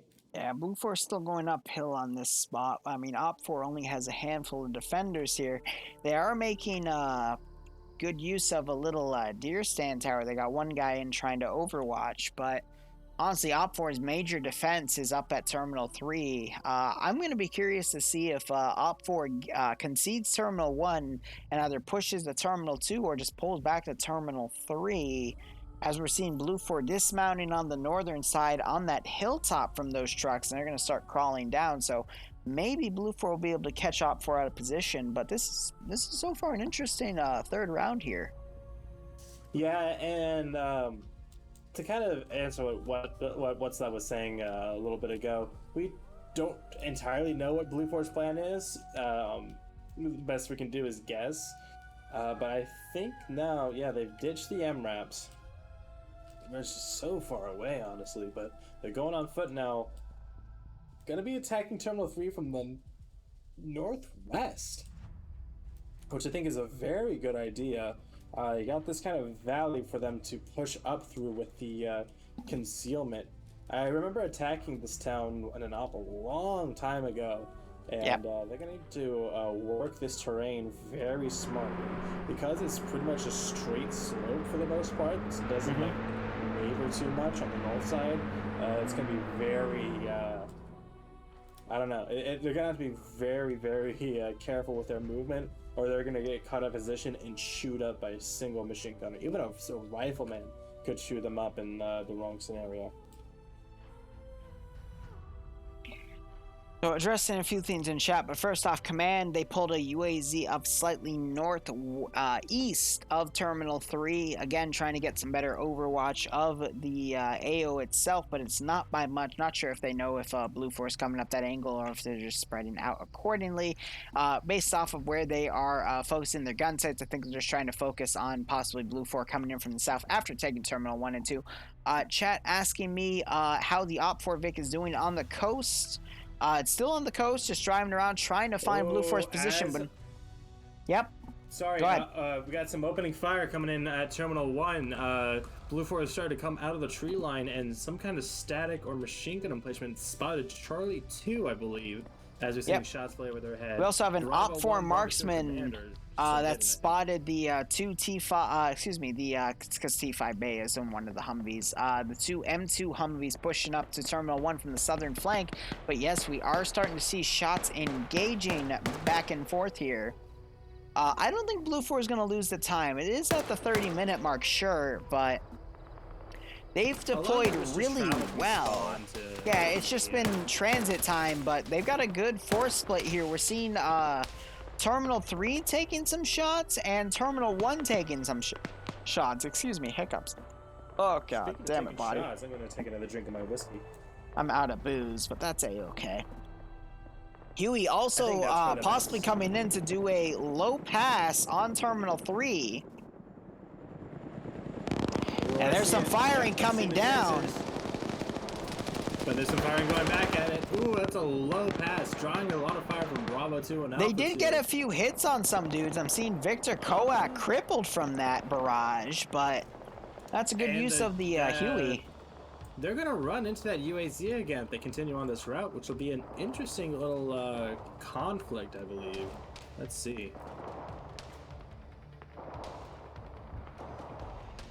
I'm noticing the Op4 UAZ pushing around the Huey. Probably not going to notice as it circles back, but I would say now Op4 is going to have a good idea on where Blue 4's units are deployed.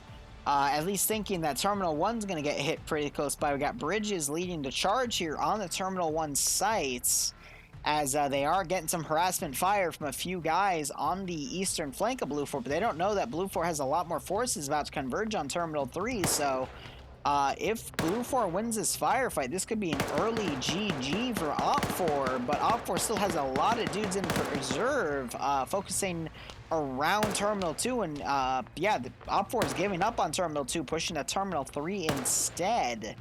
Interesting. I think that's a good move. So a couple things to note. Mito has started to engage Terminal 3, which is going to draw attention away from the west and towards the east. We've seen a few people reposition and readjust, looking east now.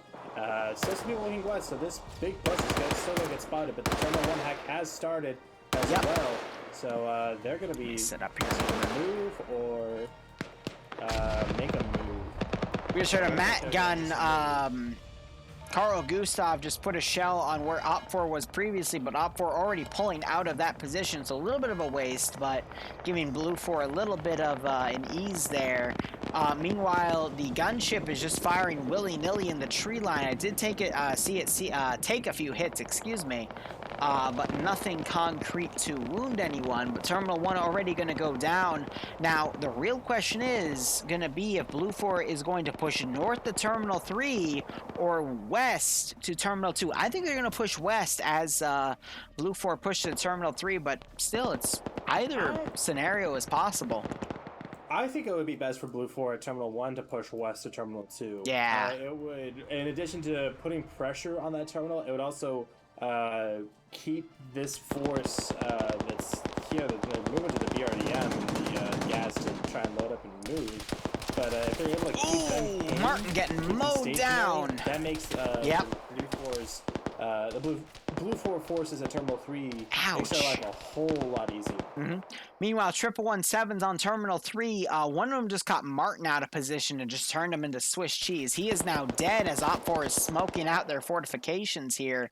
1117's with that 50 cal are making mincemeat of these positions. Terminal 1 hacks complete. We just heard that GBU detonate by the first terminal site, and now we'll see where Blue 4 decides to go. However, it is important to know Op 4 is sending an Echo Squad.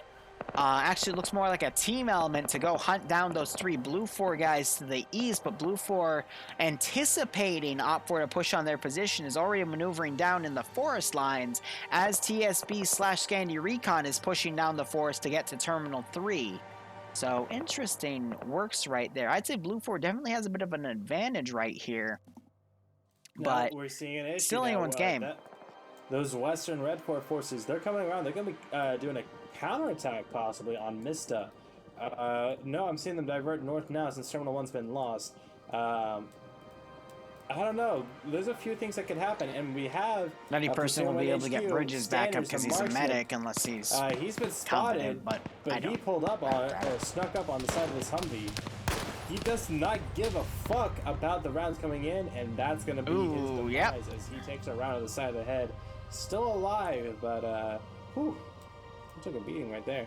And the rest of the Blue 4 force, I believe their transport's a ways away as well, so they're going to need to hoof it or send someone back to pick up their Vics, and either one is going to cost them time, which they don't have a lot of, unfortunately, for them.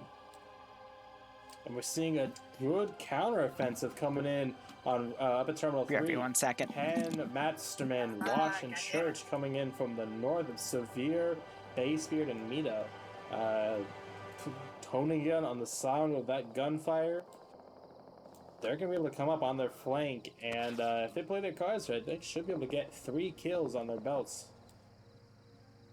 Otherwise, still more pressure coming in from the northwest of Terminal 3. Those 1117s doing work. The 1117s have been rescripted so they don't have the GP, or the GMG rather, because that would be pretty fucking OP. But it still has the M2 and I believe rescripted to a 240 Bravo. So kind of like a BRDM or BTR that has 2 coaxial machine guns. But otherwise, it's been doing work. And I think I just saw Gores go down. No, Gores. We're gonna see Gores in chat, I think. That 1117 just took him fuck out of this game. He's been having a rough night, which is very unfortunate.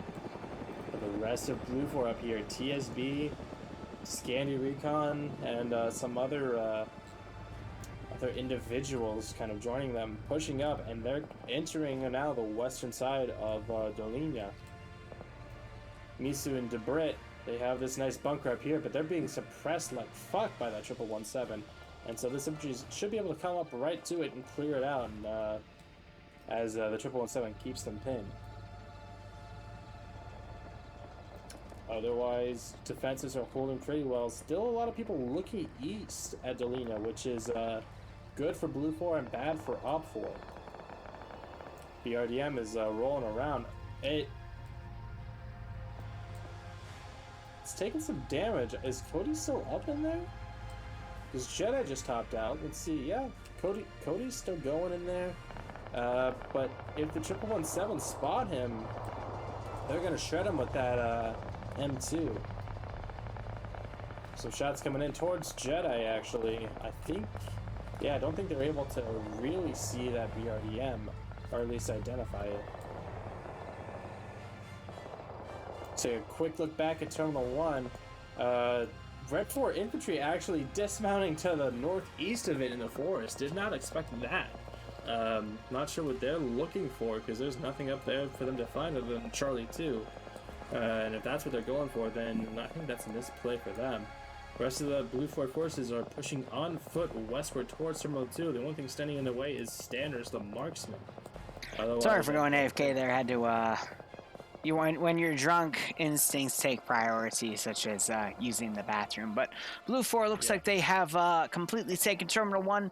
Op 4 diverting forces, trying to set up an ambush for Blue 4 to go in, but it looks like Blue 4 is going to push in here and focus on trying to take Terminal 2 instead.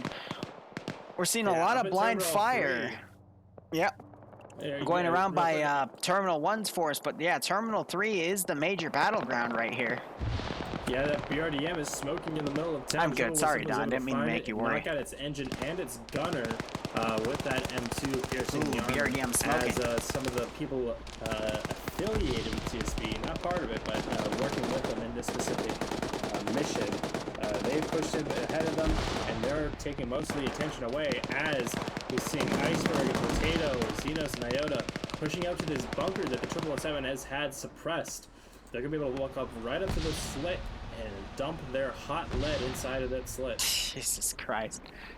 You fucking pervert, man. Come on. It's just a 777 driving around. Surprised no AT went out, but that's because the AT guys could potentially be taken out. Op4 is spread a little thin here, doing their best to hold out. BRDM still smoking. Another BRDM coming around, but it's going to pull right into where Blue 4 is coming in, so that is a major risk here, but I feel like just Blue 4 has done a really good job catching Op 4 out of position here with this both Terminal 1 and Terminal 3 rush, focusing on a close objective and a far objective, and it's going to rely on the PvP now. Go ahead. I don't know what Op 4, Delta 1, and Delta 2 are doing. They're up here between the Terminal 1 and Terminal 3, but they're just sitting here below the lip of this hill. They look like they were going to be looking for Charlie 2, but they've stayed stationary in that position, and they're just kind of, I hate to say it, because I hate the term being thrown around so loosely, but it feels like these guys are throwing it, because they're not near an objective, they're not moving towards an objective. And obviously we have bird's eye view, we can see everything that's going on, but I don't know how they come to this conclusion, as Terminal 3 timer has started. Yeah, again, that Op 4 force, they need to commit going in one direction or another, because sitting there isn't really doing them any favors, and that's just lowering the amount of forces Blue 4 has to deal with going in. Tom Cruise, I thought I just saw him get mowed the hell down, but he actually managed to win a 1v1 against McSwagger, and now he is down bandaging. And Op 4 doing their best to hold, but at the terminal site itself, Blue 4 is intermingled with Op 4 here. I don't think Op 4 is going to be able to push in the next minute to stop that hack. Dust, meanwhile, coming in, getting a kill on an Op 4 guy. It's pretty freaking close here. But Op 4, I see them smoking. They might try to just push in to stop the hack. They got 40 seconds remaining.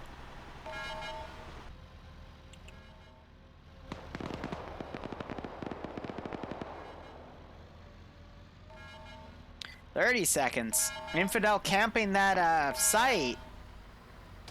Victor, unfortunately, getting headshotted by Falcon. No, that was Iceberg. Nice shot by Iceberg there. Pierce now driving up.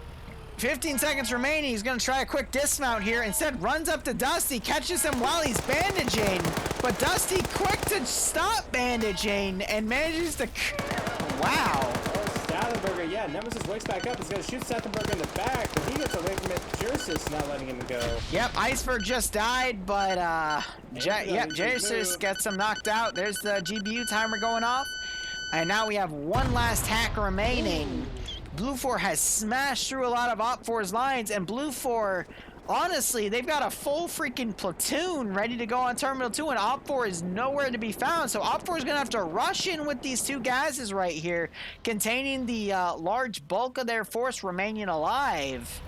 And I think Blue 4 is going to be able to get right on top of it beforehand. We got Standers trying to crawl in behind Hoyt on the southern Blue 4 push, but I think Blue 4 has this in the bag because of Op 4's They just I don't really want to say they misdeployed their units, but relying on the two southern caches and having outskirts defenses instead of direct inside the AO defenses has really cost Blue 4 here on Op 4, as Blue 4 strategy on that pincer movement on Terminal 1 and 3 has really paid off here, because again, Blue 4 has that numbers advantage. So Op 4 needed to focus on strategies that would, win more of the PvP fights compared to Blue 4, and it's just costing them here and there and everywhere.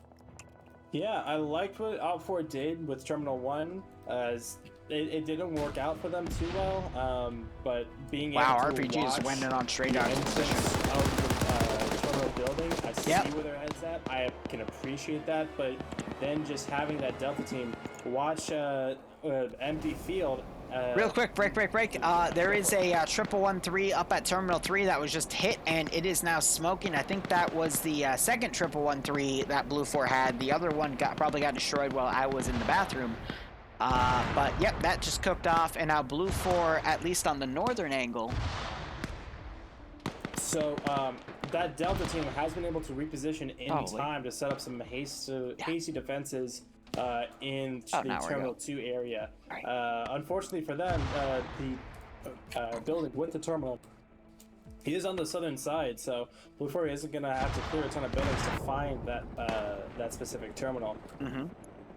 But they will have some kind of resistance here. Huey is suppressing them as well, getting some good licks in near that gas, those dismounts over there. And she'll be able to call in to that Bravo and Alpha teams that it's not clear down there. They're going to have a bit of a fight on their hands, but I think they're going to be fine regardless. I would say, so we do have Op 4. They have pushed out to Terminal 2 here. They managed to redeploy before Blue 4 could make headway into Terminal 2, so we're having a little bit of a last stand. The Huey is harassing those positions, but honestly, with the speed of the Huey and the dispersion pattern of the Op 4 troops, I don't think either side is going to get any significant leeway advantage on that spot. But I mean, in terms of the Blue 4 guys pushing in compared to the Op 4 guys defending, I think Blue 4 on a 1-to-1 principle will win, but it'll be interesting to see. We do have Hoyt in the back harassing, that's Sanders harassing Hoyts, who was one of the medics on Blue 4, but Sanders unable to get a kill right here, or even a down. Yeah, that should be, I think Blue 4 is just going to be able to steamroll this last section, especially since they're pulling out their units. We might see the Huey land, pick some dudes up, but we still have a sizable garrison in the town itself, dealing with the Op 4 still inside the town itself as well.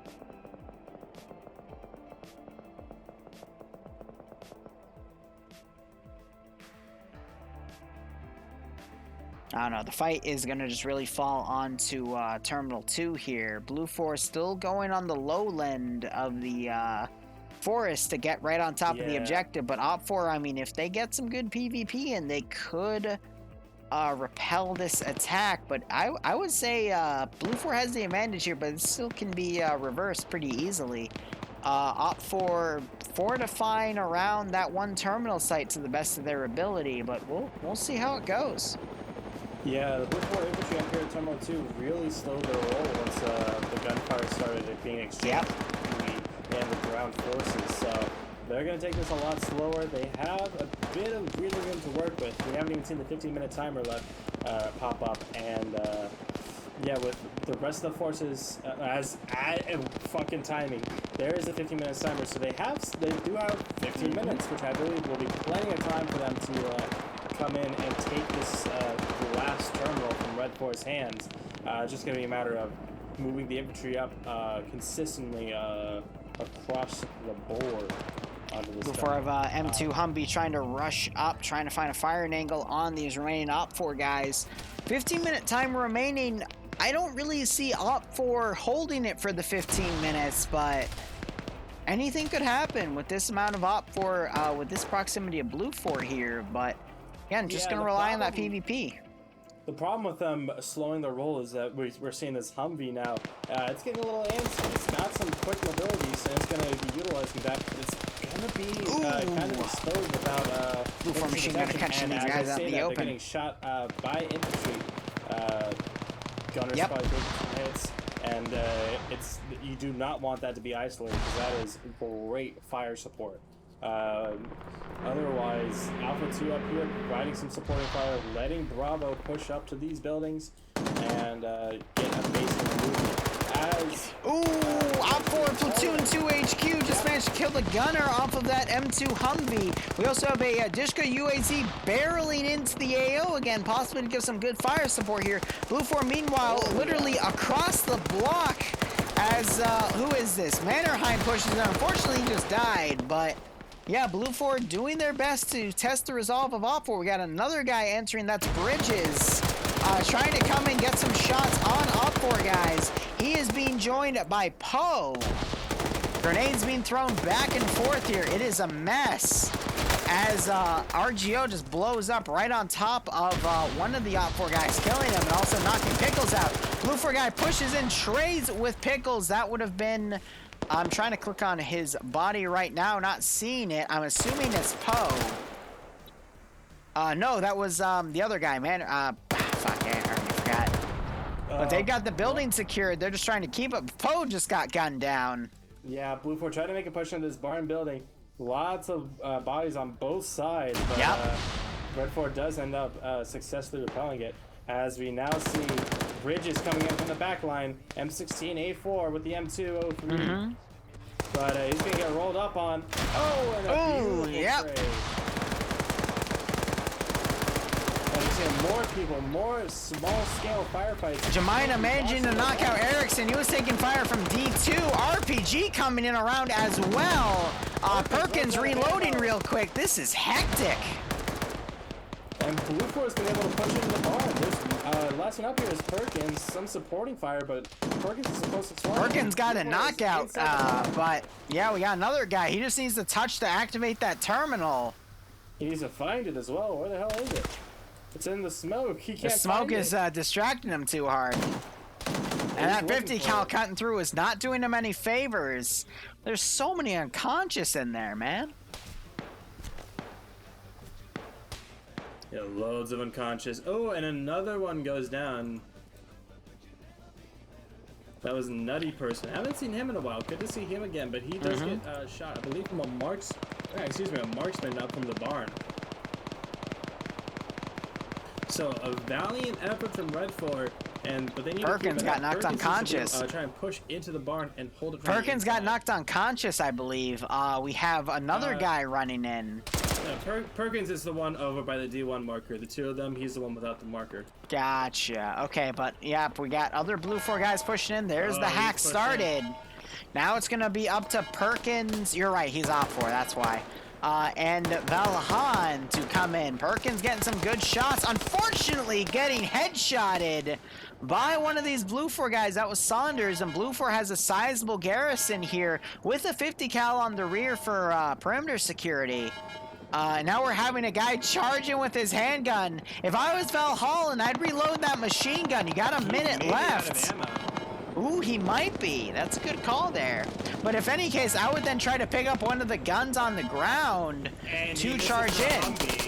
Oh, and he manages to get a kill, but the Humvee murders him. He doesn't hear the M2 until it's pumping bullets into his brain. I don't see Op 4 recovering this. That's going to be it. That's GG. We have this UAZ up here by the long barn. They need to get moving sooner rather than later. Oh my god, how many KIA do we have on Op 4 here? They need to get going. Look at all the KIA on Op 4. Holy fuck. No one else is nearby. It's just the UAZ. Blue 4 still has a shit ton remaining. Blue 4's going to take this. All the rest of them of Op 4 forces are dead. Standards is still alive in the forest. He's going to turn into a bushman. But otherwise, that's GG. I'm not gonna lie, I think NA was a little more entertaining than EU this rotation, but yeah, overall that was pretty good. Oh, that UAZ popping up, but it's already shot out. The wow, gunner went down, followed by the engine, followed by the driver. There's a GPU going off, but that is going to be it for the 25th of September Friday night fights, both Blue 4 and NA and EU. Thank you so much for watching, guys. Go operate operationally. Barbarian being my co-caster. We'll be back next week for another 6 rounds of Friday night fights, both 3 on EU, 3 on NA, 3 p.m. EST and 8 p.m. EST respectively. Tomorrow we'll be back at 1 p.m. for CCO number 8, where I will be on the ground on Op 4 as a machine gunner. Otherwise, cheers, guys. Have a good one, and go operate operationally. Take care. See?